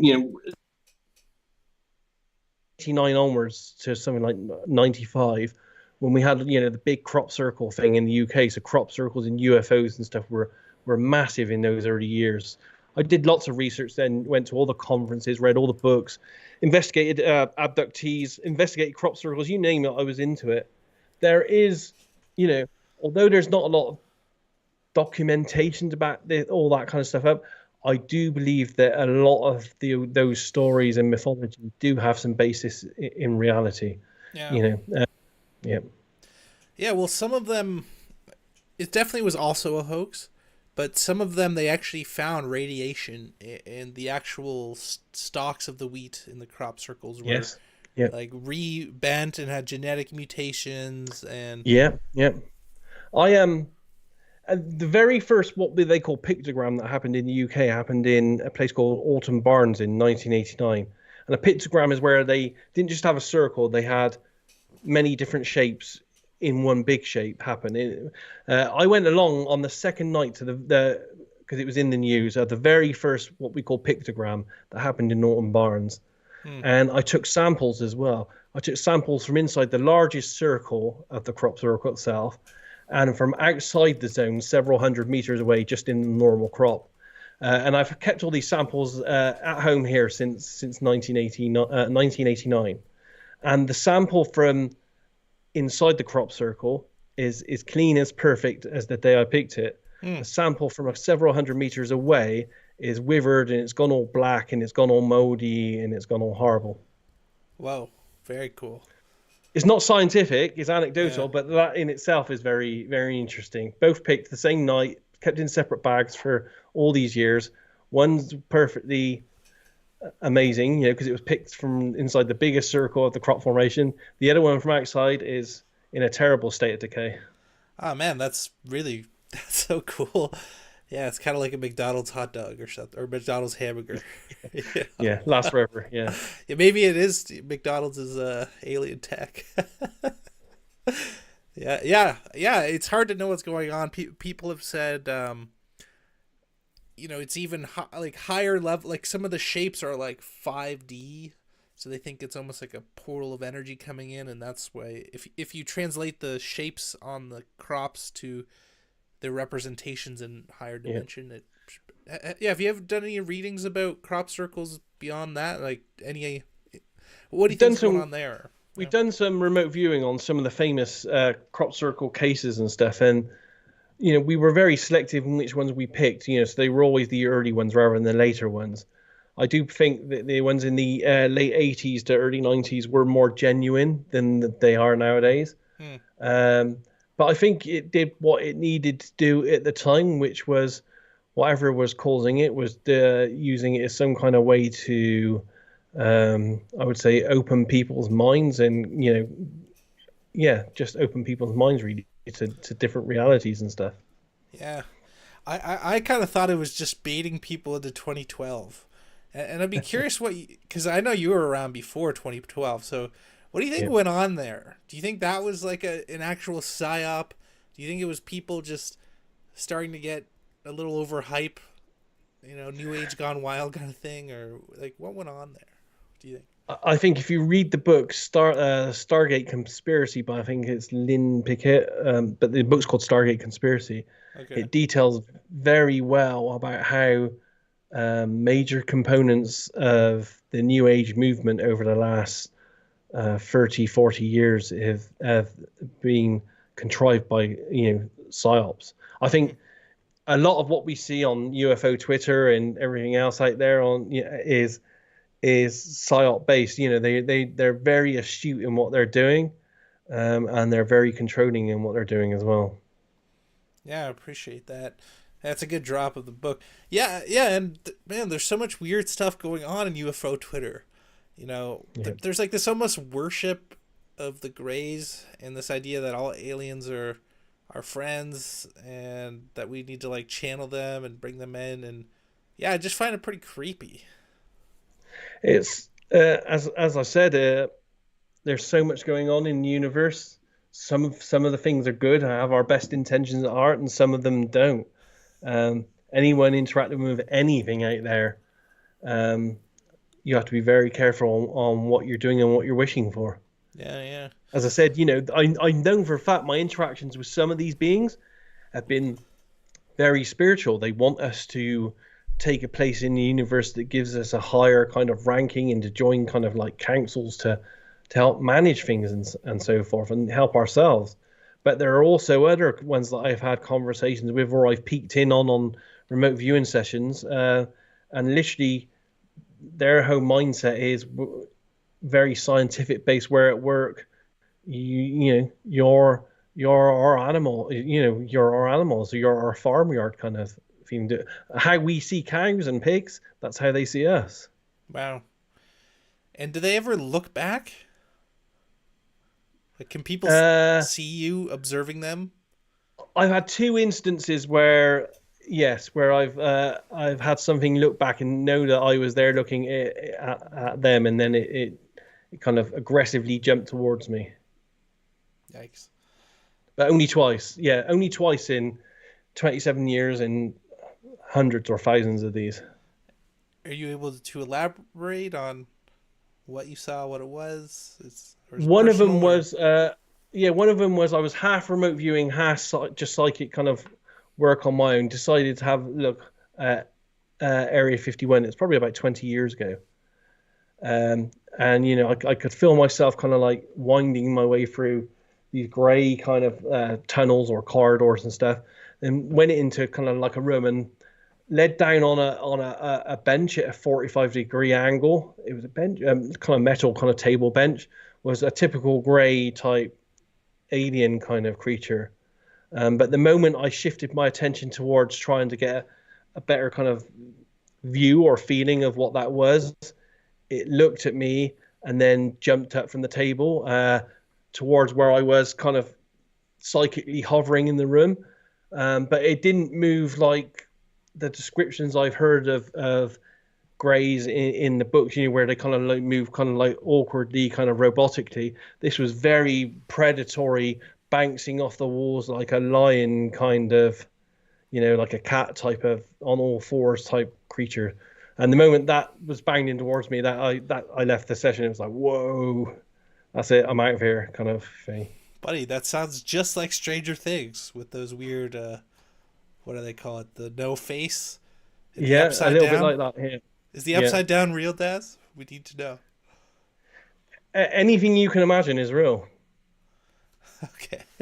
As I said, we can create our own reality. Like your reality of how you live your life and everything that's real for you is completely different than what's real for me. Right. It's true. Yeah. So we all create our own realities. Well, what about in terms of so that like segues into manifestation. So for me, I've experienced it, and it very much is real. But where do you come in on that in terms of being able to manifest your future? Manifest things into your life. Do you think that's happening? Is that magic? Is that a form of magic? No, I think, as I said, if we think it enough, believe in it enough, we can create it. But again, with stipulations. Just because you want $100 million in front of you, doesn't mean the universe is going to give you that 100 million. If it's something smaller that might not have such an effect on whatever your life goal or something is, that might be easier to manifest than the $100 million or gold in front of you, kind of thing. But yeah, absolutely, we can do that. It's scientifically proven that you can change things with your own body. Yep. With the placebo effect and stuff like that, and prayer and all kinds of stuff. So absolutely that happens, but I do think again, it's not black and white. There are limitations, and there are all kinds of shades of grey to that scenario. Right, and like for me with manifestation, I always put out a thought form of like, as long as it's good, it helps me, that the person I engage with, and everybody as a whole. Whereas black magic, that also seems to work, but it seems to come at a very deep karmic cost. So I've been standing all this time. I'm just gonna sit down and sit. Oh, no worries, man. Also, I have a standing desk, and I like to switch between the two. Yeah, well, for sure. And also, if you want, we can take a quick break. I'm good. I'm good now. And now rest my back a little bit. Nice. But yeah, like, do you know anything about black magic? Because I've seen it work. And I've seen it happen. I've seen it work, and it's just as valid as anything else. And in my early psychic training days, I was even involved in a couple of. I was like a backup psychic battery type person in a couple of exorcisms. So I've seen that kind of stuff in the flesh. And again, and I know I might be sounding like the same old, but it's like everything else, as I said. It's as real as you want it to be, and it's shades of grey on all the different levels of good and bad interactions that are happening out there. But black, you can use stuff for dark deeds and dark things just as much as it can be used for good things. Okay. It all exists. It's all out there in shades of grey. There's no right or wrong, no good or bad. It's just all is what. And the more you believe in it, the more you manifest it, the more real it is. Yeah, well, that's where I personally struggle. Back to what I was saying with this concept of, I don't like the moral relativism, like, because when I see a lot of what's happening in the world, to me, it's very clearly evil, and I don't want to be like, oh, everything is, like laissez-faire, like a Crowleyan type vibe. Because Crowley is a huge perv. I think we're just on a, as I said, I think the universe is always shifting for this, a bit like the yin yang symbol. Yeah. With the dark and the white. I think the universe is always trying to shift for a balance, and maybe at this moment in time, and maybe for a few years, we're in a very slightly negative, off balance shift. Yeah. But I think that at any point it could shift back in another direction. Right. Yeah.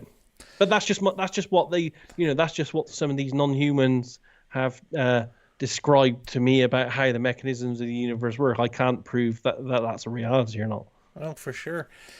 But speaking of the future, I know you've done quite a few spicy readings as yet, with the Hellfire Club and others, kind of documenting future events. And I want to get into that, but first, I've heard this thing from psychics, mediums, that there is this kind of like hazy point in the future where a lot of people can't peer past, and some put that at like 2030 or something. But yeah, have you experienced that in terms of kind of future? People talk about this like inability to see beyond a certain date. I haven't. I don't think I've been tasked to look that far ahead, if I'm honest with you. So I couldn't be definitive on that. Um, no, I don't. I wouldn't say that that's real because I've heard that through many years. You know, I myself in my psychic travels, I've heard people put different points of time on different things and Okay. saying, "Oh, you'll never be able to view past that. It just don't work." And people always have. Um, but I don't know if definitively, but I do have experience of, and I'm not alone in this, you know, because I've also encountered other people, that there is something very, very big and major on the very near horizon. Okay. Can you elaborate for us, Daz? With the Well, we don't disclaimer. really know. Yeah, I mean, I don't think anyone really knows what this is, but everyone or quite a lot of people seem to be picking up on a very near event. And when I say near event, I'm probably thinking, you know, within the next, definitely within 5 years, but definitely within 3 years as well, event which has, you know, hugely global implications on a absolutely massive destructive scale. But no one can really put their finger on exactly what that might be. But the indicators are there from all different crossovers of people that I've talked to over the past 4 or 5 years. That yeah, everyone's picking up flashes that something is there. Mm. You know, and this is intuitive people that are picking this up. It's like there's something there, but we can't quite know what it is because it's future. And bear in mind, as I said, when you look into the future, most people are less accurate because if you look at it like entanglement stuff, in the future the probabilities haven't coalesced down into a single probability. As you get closer to an event, you know, the probabilities get less and less and less. When you're looking, you know, 3, 4, 5 years into the future, the probabilities that still may be there are just too many for us to really get an accurate psychic grasp of what's going on. But there are across the board. There seems to be lots of people that I know from remote viewers and psychics there, kind of having a feeling that there is something hugely massive to the planet that's on its way to us, Yeah. and you know, destructive and bad. I'm not talking about a good event here. I'm talking about a bad event. Yeah. And I know you're very far from a doomer, and this is just, you know, your perspectives, but I've seen you talk about possible cyber attacks, kind of a reordering of technology, economy stuff. Yeah, Daz, what are you seeing broadly? I guess I is think this like comet yeah, or pretty? I don't know what this event might be. I really do not know. If I had to guess, I would say it's going to be human conflict based. Mm. We are going to be stupid enough to let some of those stupid weapons off. Oh, like we're Yeah. talking Space Wars type stuff. Uh, just general nuke type Yeah. stuff, EMP and nuke stuff. I would say probably. And you know, I have to be honest. I think the biggest target for this will be the US. Really? That's my indicators. It's going to be centered around the US. Yeah. Well, it does seem like there is a wholesale effort to take down the empire, which, you know. It seems to be building, doesn't it? Yeah. Yeah. Yeah, it's incredible to see. You know, it Yeah. does feel like a controlled demolition. Yeah, a bit like WTC7. Yeah. Allegedly. I know you did The reading on RV there. data indicated that it was a contrived explosion. Okay. Like what do you mean? Myself and Dick Augar worked on the 911 targets for Yeah. Courtney Brown and Farsight. I can't remember how many years ago, probably about 10 years ago. And it was a free target project. One target was to describe the Twin Towers plane events. Another target was to describe what happened at the Pentagon. And another target was to describe what happened to WTC7. On the Pentagon, both Dick and myself didn't really see a plane, but we did see some kind of missile type Yeah, action. definitely. And on the Twin Towers and on the Building 7, we did, obviously there were planes involved, but we did see that there was a conspiracy involving military grade men that were planting explosive devices and stuff. Any In both. idea? Any idea of their background? I have to be honest. It's been quite a few years since I read through the RV of that. I'd have to go back and have a look. But it is on video, and I did a book of it and put that out for free and all that kind of stuff. So the data's out there. Okay. I have to apologize for this in that I've done so many RV sessions now, and I'm doing like 4 or 5 a week that I don't remember what I've done last week because it all merges into one after a while. No worries at all. Yeah. Yeah, I'd be curious. Some people say it was directed energy weapons. There's the no plane bros, for the Twin Towers. Yeah, no, we definitely saw plane stuff. I didn't see any directed energy weapon. I vaguely remember it was explosive. I actually saw proper explosive devices. Okay, interesting. Yeah. Have any of your readings, confirmed any besides WT, World Trade Centers, like confirmed some of the conspiracies that you've heard broadly? Even like flat Earth stuff or simulation. I'd be curious your thoughts on simulation. Yeah. Never been. I've never been targeted off flat Earth or simulations or anything like that. I don't think. No. Okay. I mean, we've done like things where Courtney asked us to. We did this experiment with Courtney Brown for Farsight and it gets really complicated here, and that Dick and I would do. It was looking into the future, but Dick and I would do the RV session, and there was no target set, so we would do the RV session, saying to ourselves, "Okay, we're going to look 2 months ahead at a target, but the target doesn't exist yet," and then a month after the date where we're meant to be looking at the target, someone would then go back a month and look at the news and say, okay, I'm going to set this at the target. So we were doing kind of things where we were looking months in ahead at a target that wasn't even set as a target yet.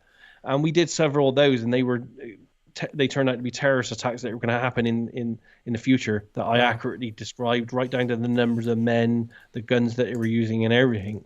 Wow. Yeah, so we did some very strange stuff like that, which even makes my mind boggle, because when we did it, we didn't know what was going to be picked 3 months into the future as the target. It didn't even exist then as a target, and the event hadn't even happened or anything, but it all turned out to be accurate.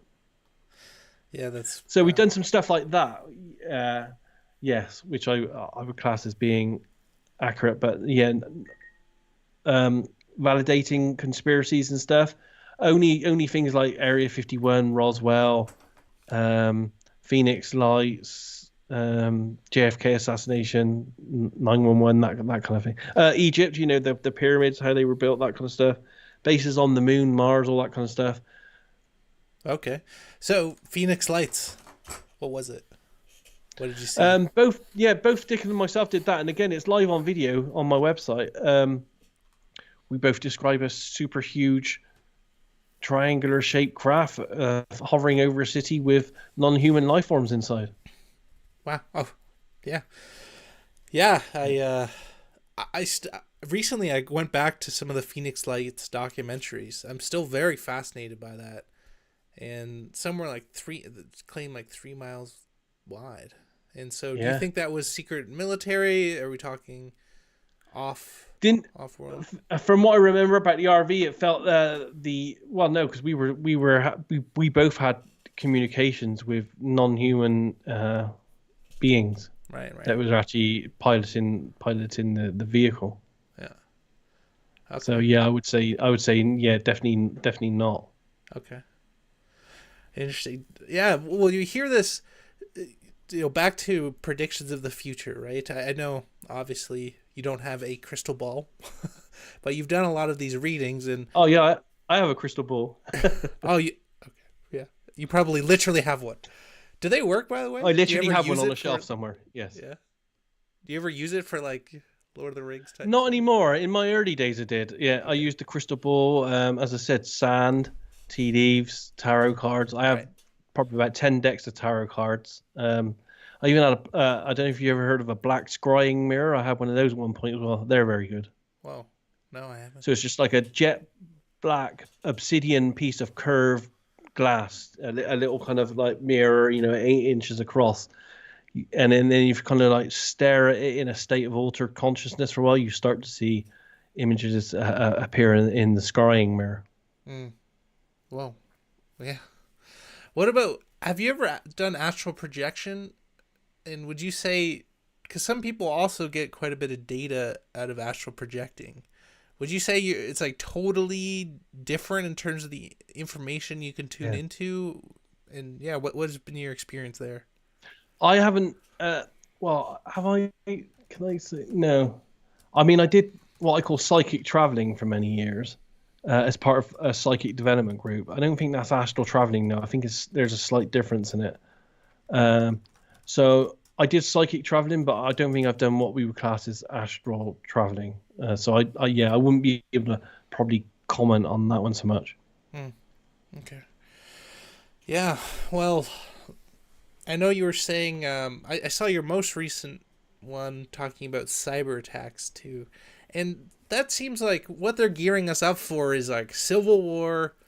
There's a movie coming out, cyber attacks, Yeah. fake alien invasion, some type of World War III. It's pretty crazy times here, Daz. Do you see that kind of Yeah. all unfolding in the next years? Are you, yeah. If you're talking about the same cyber attack thing that I may have talked about, that was a bit of an accident, really. I was doing one of my monthly look ahead with the news to see what was happening for a future forecasting group. And as I was doing that, I just had a glimpse of imagery come into my head, and for some reason I thought, oh, that is kind of interesting. Let's see what that's going for. And I did see that there were the people, Chinese people, and I think this was probably about 14 months ago now, if I remember correctly. But they were going through some motions of scenarioizing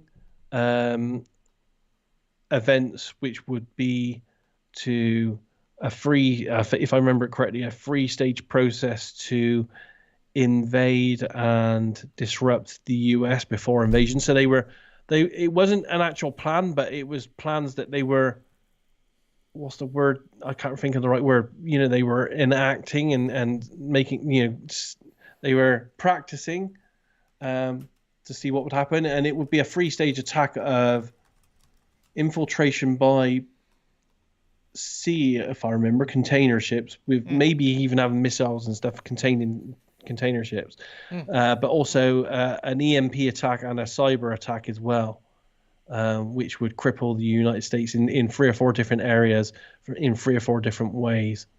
But as I said, it was just they were just running through scenarios for doing that, and this was about 12, 14 months ago. Of course, all the stuff that's been in the news for the last 3 to 4 months now, it's about how there's an unprecedented number of cyber attacks coming from China against US infrastructure. So I was pretty on call with that. I'm just mm. hoping that the rest of my scenario of the EMP attack and stuff like that doesn't happen. But as I've also said, myself and quite a few other people are getting indicators about something very catastrophic war base that might happen in the US in the very near future. So Hmm. it might involve a real world activation at those practice scenarios that I saw that were being enacted.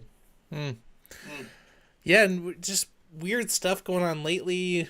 They're saying it's solar flares, but social media and all these sites and banks are just going down. I've just Yeah. noticed banks, everything technology wise, at least for me, has just been acting a little more screwy, like just Yes. glitching Yeah. more, or And so, do you buy the solar flare narrative? Do you think this is something else that's going on, or? I just don't know. I mean, we know that we can't trust anything that's in the media nowadays. So Yeah, yeah. yeah, I just don't. It's very hard to know what to believe nowadays, other than your own gut feeling on things. Really, I would say just go with your gut feeling. Yeah, and that's part of the game too, right? The 5D warfare, where you have no idea what's real anymore, and with AI photography, right?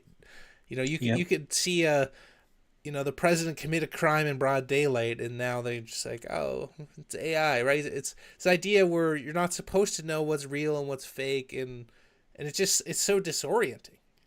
Yeah.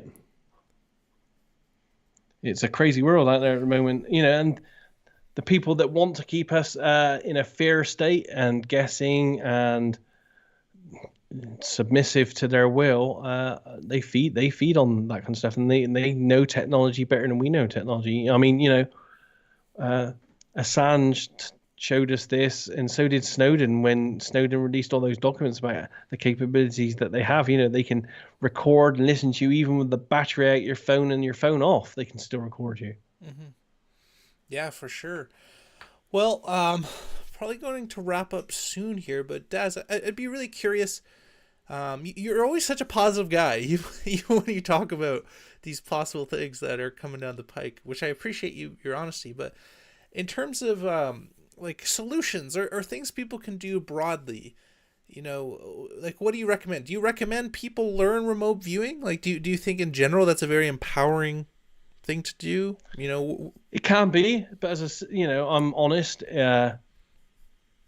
To be really good, you have to have a certain amount of natural ability, and then, like most of us, spend years doing it. It's a bit like learning a martial art. If you want to be a black belt at jiu-jitsu, it's going to take you 4 to 6 years to do it.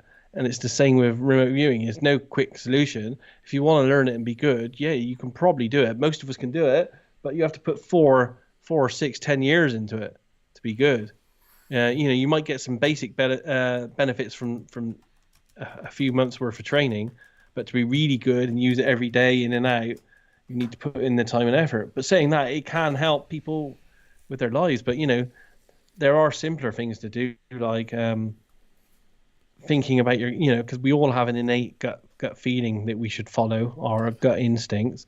So learning to listen to that more, and as I said, basic, simple learning to just cut off from everything with meditation and exploring things that way. I would go that route first before trying things like remote viewing. And there are other things as well. As we've discussed, you can't trust anyone out there, so try to keep an open mind. Try to keep listening to your gut instinct more than anything. I always say to people they should prepare. Everyone should have at least 2 weeks worth of food, water, energy, medical supplies, everything, because we are living in a world that, as we saw with COVID, could go tits up at any moment. So I'm a great advocate for people being a little bit prepared, because your governments, our governments, all governments aren't there for the people. They're there for themselves. Yeah, no, for sure. That's great advice. Do you think we're going through a great awakening right now? Do you think that's also misinformation? Because like for me, I see a lot of people waking up to a lot of the scams they've been perpetuating. Sadly, then they fall into people like Tucker Carlson, or like just vote Republican seems to be equate with waking up. But at the same time, it seems more and more people are waking up to just the kind of scams and stuff going on for decades old, 100-year-old scams. So I mean, are you optimistic in that regard? Like, do you think there is kind of like a shift happening with humans? Do you think Yeah, it's I'm not.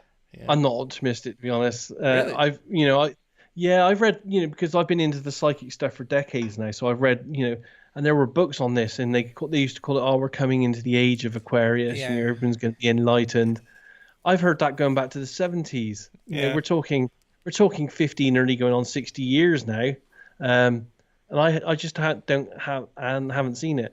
And I don't want to be horrible, but the majority of the humans out there are so it's a bit like the Matrix.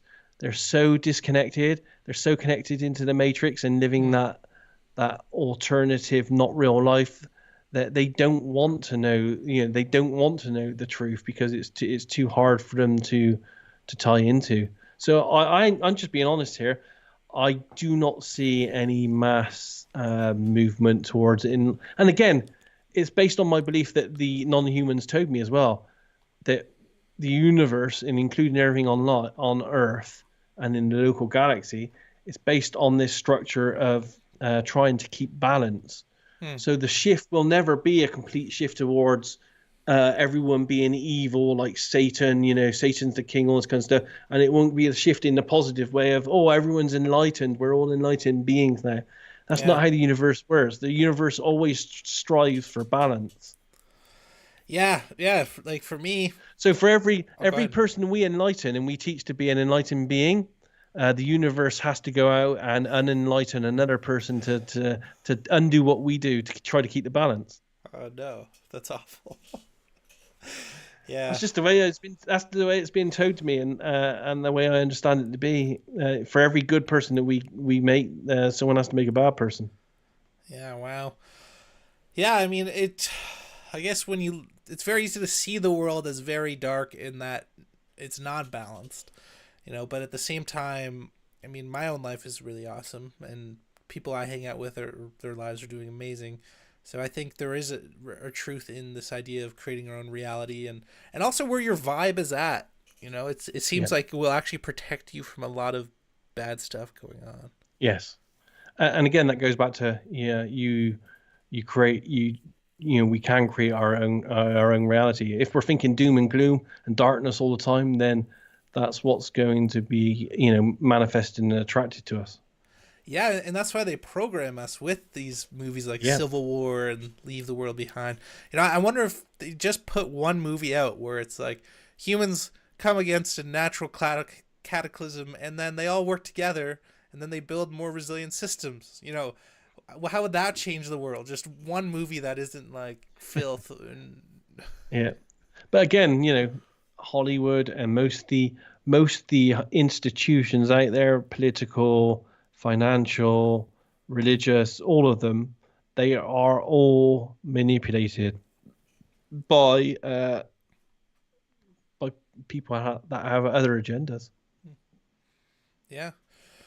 Well, Daz, it's been a pleasure. Don't want to take up too much of your time. Would love to have you on again, actually, if you ever got some Yeah, yeah, time. we could do something again sometime in the future. Yeah, it's been like nearly 2 hours now, hasn't it? Yeah. Yeah, man. But yeah, I want to be respectful of your time. Also, I really have to go to the bathroom. Been- Yeah, it's getting to it's 11:30 here, so it's creeping up towards midnight as well. yeah, man. Yeah, but thanks so much for your time. Where can people find you, Daz, and how can they support you? Um, yeah, I mean, as you said, I had the website called my remote viewing website called remoteviewed.com, and also a channel called Remote Viewed on YouTube, and there are hundreds of videos on there that people can watch for free of me interviewing people, and as much RV as I can put on there for free for people to see and look at. And also a free magazine, free remote viewing magazine going for 15 years now called 8martinis.com, and they can get that and look at really good examples of solid remote viewing in that magazine as well. Nice. Okay, awesome. Well, you heard him. Go check him out. Go support him. Daz, thank you again. I'm going to. It's been fun. Great I'm gonna. questions. Yeah, for sure, man. For those watching live, I'm gonna say my goodbyes offline to Daz, and then I'll hop on for a little. I've been doing a post stream chat with my followers, so just give me Take a care, second. everyone. Yeah.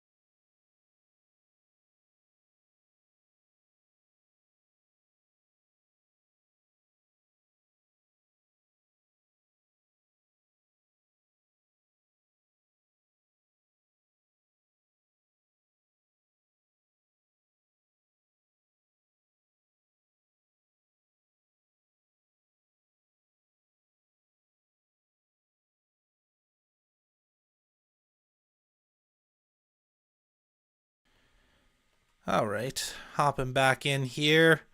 Still got some peeps in the chat. Guys, thank you for showing up here. I got another stream tomorrow. That's going to be pretty fun. I think about the same time. So hopefully we can get you guys watching it as well. I'm going to go through some chats here. Wendy, it's good to see you again. She's awesome. The glory of Yas creation, Wendy. She's a legend. Been on holidays and she's back. A couple questions from, I don't know, said cell phone like a jail cell. That's true. And that's a big part of my message, that most of our enslavement is in the mind and with technology that we consent to and opt into. Wendy, just going through the chats here. Man, I'd love to talk to Wendy about the Phoenix Lights, because the Phoenix Lights is an amazing event. Man, maybe we can set that up, Wendy. Even do like either a Twitter hangout or just a quick one. I'd love to get your input into what you saw there. But yeah, guys, that's Daz Smith. I hope you guys liked it. I love Daz. I've been following him for years. Dude's really legit, and I like how careful he is to, say certain things or admit to certain things. I like his perspectives on a lot of stuff. I find it very refreshing. He's very matter of fact about what he does and all of that. Remote viewing's very fascinating. So as I was saying at the beginning, I tried it and it worked. I did Ed Dames's program. I found it online, and I'd be curious if anybody else has tried it or had any experience, because it seems to work very well. And it's interesting. I think I did pretty good there. I like how a lot of who I've spoken to in the past, very much hammers the idea of entities, and it's very polarized, where Daz has a different type of perspective, I think, where he still acknowledges that these things exist, but I think he has a very empowering message that a lot of it is based on what we accept, and that we have a lot more sovereignty than we think. Going through here, government literally means mind control. Yeah, I agree. Governmenta. It does. Yeah. Religion is all control, but faith and belief is free. Yeah, I totally agree. It is very important to have faith. Any questions for me, guys? Still working. I don't know. Yeah, thanks for showing up. I don't know, Mr. McCool. Sorry, but faith and belief is hope and promise, need to base on truths. There's Jackie saying here. Yeah, it's tough, man. I really struggle with it. I believe in God. I do have faith. I think manifestation is also real. I think God is real. Jackie, Wendy says, Jackie, or is it based on truth? It depends on if you believe it or not. It's not something that can be forced. I've had enough supernatural experiences to know that truth. I totally agree with that. Like, guys, if you just look into Power of the Mind, like, for example, the placebo effect, they work better than most antidepressants. And I read one where they built muscle, where people just focus, like, imagine lifting out, and they build about 75 or 80% of the strength is actually lifting, which is totally insane. There's case reports of multiple personality disorder folks having different eye colors. There's so much interesting stuff that's documented out there that just blows our mind. And what's funny is, for those who believe, they have very interesting and miraculous lives. Things happen. And then those who don't, don't. For me, I experience it the most when I'm traveling. A lot of just scenarios and people and things come into my experience that are, to me, far beyond coincidence and connected. And I think that's one of the maybe downsides of living out in the middle of nowhere is the opportunities to have that like spontaneous manifestation with somebody else is different than it is traveling, you know. So I love traveling and I want to get out there more. Yeah. Any questions for me, guys? I'm gonna check Rumble and others as well. Nothing really there. Yeah, I think I'm gonna wrap it up. I just quit nicotine. And so I've been day 2, guys. I made it through day 2.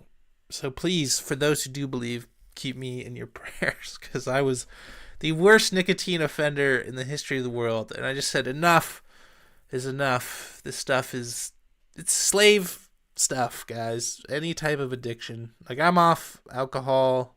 I'm off almost everything that's bad for you. But nicotine was something, yeah, I just decided. It's like, what's funny, right, is because you can get the nicotine, right, anywhere. I was vaping. It was a vapor, you know, and it doesn't really hurt you in the short term. You know, you can live like a normal life, but inside, you're literally the exact same as, like, you know, those crack addicts you see on the street, right, that are, you know, would do anything for a hit, you know, that are breaking in. In the mind, you're just as much of a fiend. You know, unfortunately, some people can keep it together with nicotine. I can't. I just spiral, you know. So, to me, I just think it can never be good to have a that type of addiction. And it keeps us. And I think it opens you up to bad stuff, too. You know, we call, even alcohol, I don't touch it. I might have the odd, like, dash of scotch because it's super tasty, but maybe every 2-3 months, just like half a shot of scotch. But yeah, nicotine is nasty stuff. For those of you who don't know, don't start ever, you know. And what's interesting is Jerry Marzinski, we talk about, you know, demons and demonic and entities. To me, addiction is like the exact same as what these guys talk about, you know, possession. It is a form of possession, right? Like, yeah. So, it's only day 2, but I'm already feeling the lungs getting better. I slept better. Ah, man, it's yeah. I recommend everybody. I found this channel. It's called Addiction Mindset. It's like a doctor. He talks about it. He helped me. Yeah, you just gotta do it. And yesterday morning, I was just feeling horrible. So I put everything in the bag. And you spend like thousands of dollars on this stuff, too. You spend thousands of dollars just to poison yourself slowly and become a little fiend bag. You know, you're a little fiend. All of you. If you're vaping all the time, it's not good. Yeah. What else is new? I've been working out, lifting. I'm actually strongest I've ever been, which feels nice. I recommend strength training for people too. It feels amazing. I'm doing starting strength. Mark Ripito. Just doing that, quitting the smoking, trying to live that that Christian life. You know, as I said before, I struggle with the identity as Christian, especially with I've had so much bad stuff happen from Christians. You have no idea. I'm carnivore as well, Wendy. I have cut out the sugar and carbs. I'm pretty close, and I love your head's in the right place there too. But yeah, I think where the Christians get it right especially now, is living a good, clean lifestyle. You know, I don't see a lot of pushback from others. You know, that's where I think Christians get it right. You know, they call out porn. They try to be healthy. You know, just telling people that they matter is huge, and that God loves you, and you know, you're not just a clump of cells waiting to die that should die, because your very nature is killing the planet is pretty based. You know, and a lot of the Christians, you know, out here, our friends are Christians, and I love them, man. They're raising families, living good lives, eating healthy. It's amazing. I think it's is kind of the way. But then, Christians, they either get so lukewarm or like really legalistic. And both really put me off, But I agree with them on so many things at the same time. I don't know if you guys have experienced that, but right, it's either like, oh yeah, anything goes. I don't want a lukewarm church. I want a base church. There's this pastor, Pastor Arthur, who got arrested like 30 times during COVID. We went to his church, and dude's awesome. I appreciate him because he's a fighter. He's like an activist. But then also this legalism where people try to tell you how to live your life. And like, to me, I feel that God is living. God lives. I feel that within my being as a truth. And so few creatures believe in a living God, like even the cross, don't celebrate the fact that he was killed. Like, I like the empty tomb where it's like, he rose, he did it. A spoiler, good one. I'm all about the tomb. I wish we could make the tomb more of a thing, But yeah, anyways, I appreciate all you guys yeah, I know, Jackie. It's tough, man, these Christians. I could speak for hours about all the times Christians have totally screwed me over. Yet I still try to, I have a soft spot for it anyway. Let's see here. Yeah, I think I'm going to end it. Hope you guys like the stream. Remote viewing, pretty interesting stuff. Yeah, it's cool. I think if you're going to do any type of spiritual, like psychic stuff, remote viewing seems to be the least, like, maybe risky. I think there's a lot of layers of protection, But, yeah, kind of jokes about Daz. I love Daz, by the way, and this isn't a burn on him, but I've had multiple remote viewers. I'm in a few remote viewing groups, and, I've had remote viewers who are like, you should learn it, buddy. Like, you can learn anything and be anywhere, or do anything with it. I'm like, well, then why are you still working a job you hate? Like, how is it actually helping your life? And I think it maybe can a little bit, but I just thought it was funny. Like, this one guy in the group was like, he was a really nice guy. Like, he was calling me on his, like, he's working nights and stuff, talking to me during his little breaks, which is very kind. But he was kind of hyping it up. Like, you could do anything. You have this power. Like, but then why does your life still suck? I didn't say it like that. Like, the guy was really nice. But that's in general, guys. That's, when they say you should know them by the fruits of their labor, that to me is like something I use every day. Whether it's, Christian, like, to evaluate anything, right? Like, if people's lives suck, don't take their advice. You know what I mean? Yeah, like, so many Christians live horrible lives, and a lot of New Agers lived like horrible lives. And yeah, it's that's just kind of how I see it. I try to see what people say and really see how it plays out. I see everything as, I think there's like 9 billion experiments walking on the planet. Like, I want to see how does that work out. I see what happens if you live a Christian based life. It usually works out. But then a lot of Christians get really culty, and it doesn't really work out. Yeah, so yeah, it's that would be one tidbit I'd say, is know them by the fruits of their labor, and really, like, see what's going on there. Even still, Wendy, I was talking about carnivore, right? It works great for me. I feel way better, but I'm still overweight. So I'm trying not to tell people about it, because, like, if you're overweight, you're like, oh, this is how you should eat. It doesn't really have the same impact. And that's something I really appreciate about Daz today is, he's very humble, guys, but that guy has done a ton of work and made a ton of accurate predictions. It's like mind-boggling. So check out his website. And I'm doing keto and lost 10 pounds in a week. Congrats, Wendy. I've been losing inches, but I've been getting way stronger.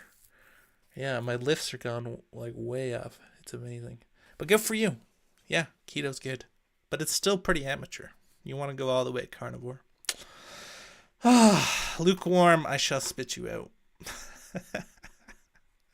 All right, I'm just joking. I'm happy for you. Do anything that works. I want to actually do a whole video just on carnivore because I think it's important. Any other questions? Anyone else? Bueller, you guys got anything? Bueller. Wait a minute here. Yeah, veggies. Yeah, watch Anthony Chafee's Plants Are Trying to Kill You. I'm trying to get him on the podcast, but that's like a 30-minute presentation. Plants are trying to kill you. I have a degree in agriculture, by the way, so I know enough to know that plants are trying to kill you. They produce pesticides that are toxic. I think if you eat 10 servings of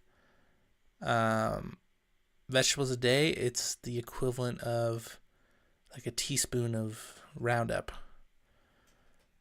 Yeah, it's interesting. Not hot or cold, that polarizing.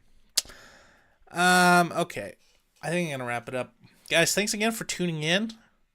Jackie, it's great to see you again in the chat. And Wendy as well. Yeah. Okay, love you guys. And please subscribe. Most people aren't subscribing to my channel. I'm trying to grow it, so if you can, please subscribe to it. Share this stuff too. That helps a lot. Just like slide a video somewhere. And also, if you want to support us financially, buymeacoffee.com/thespellbreakerspodcast. Okay, thank you.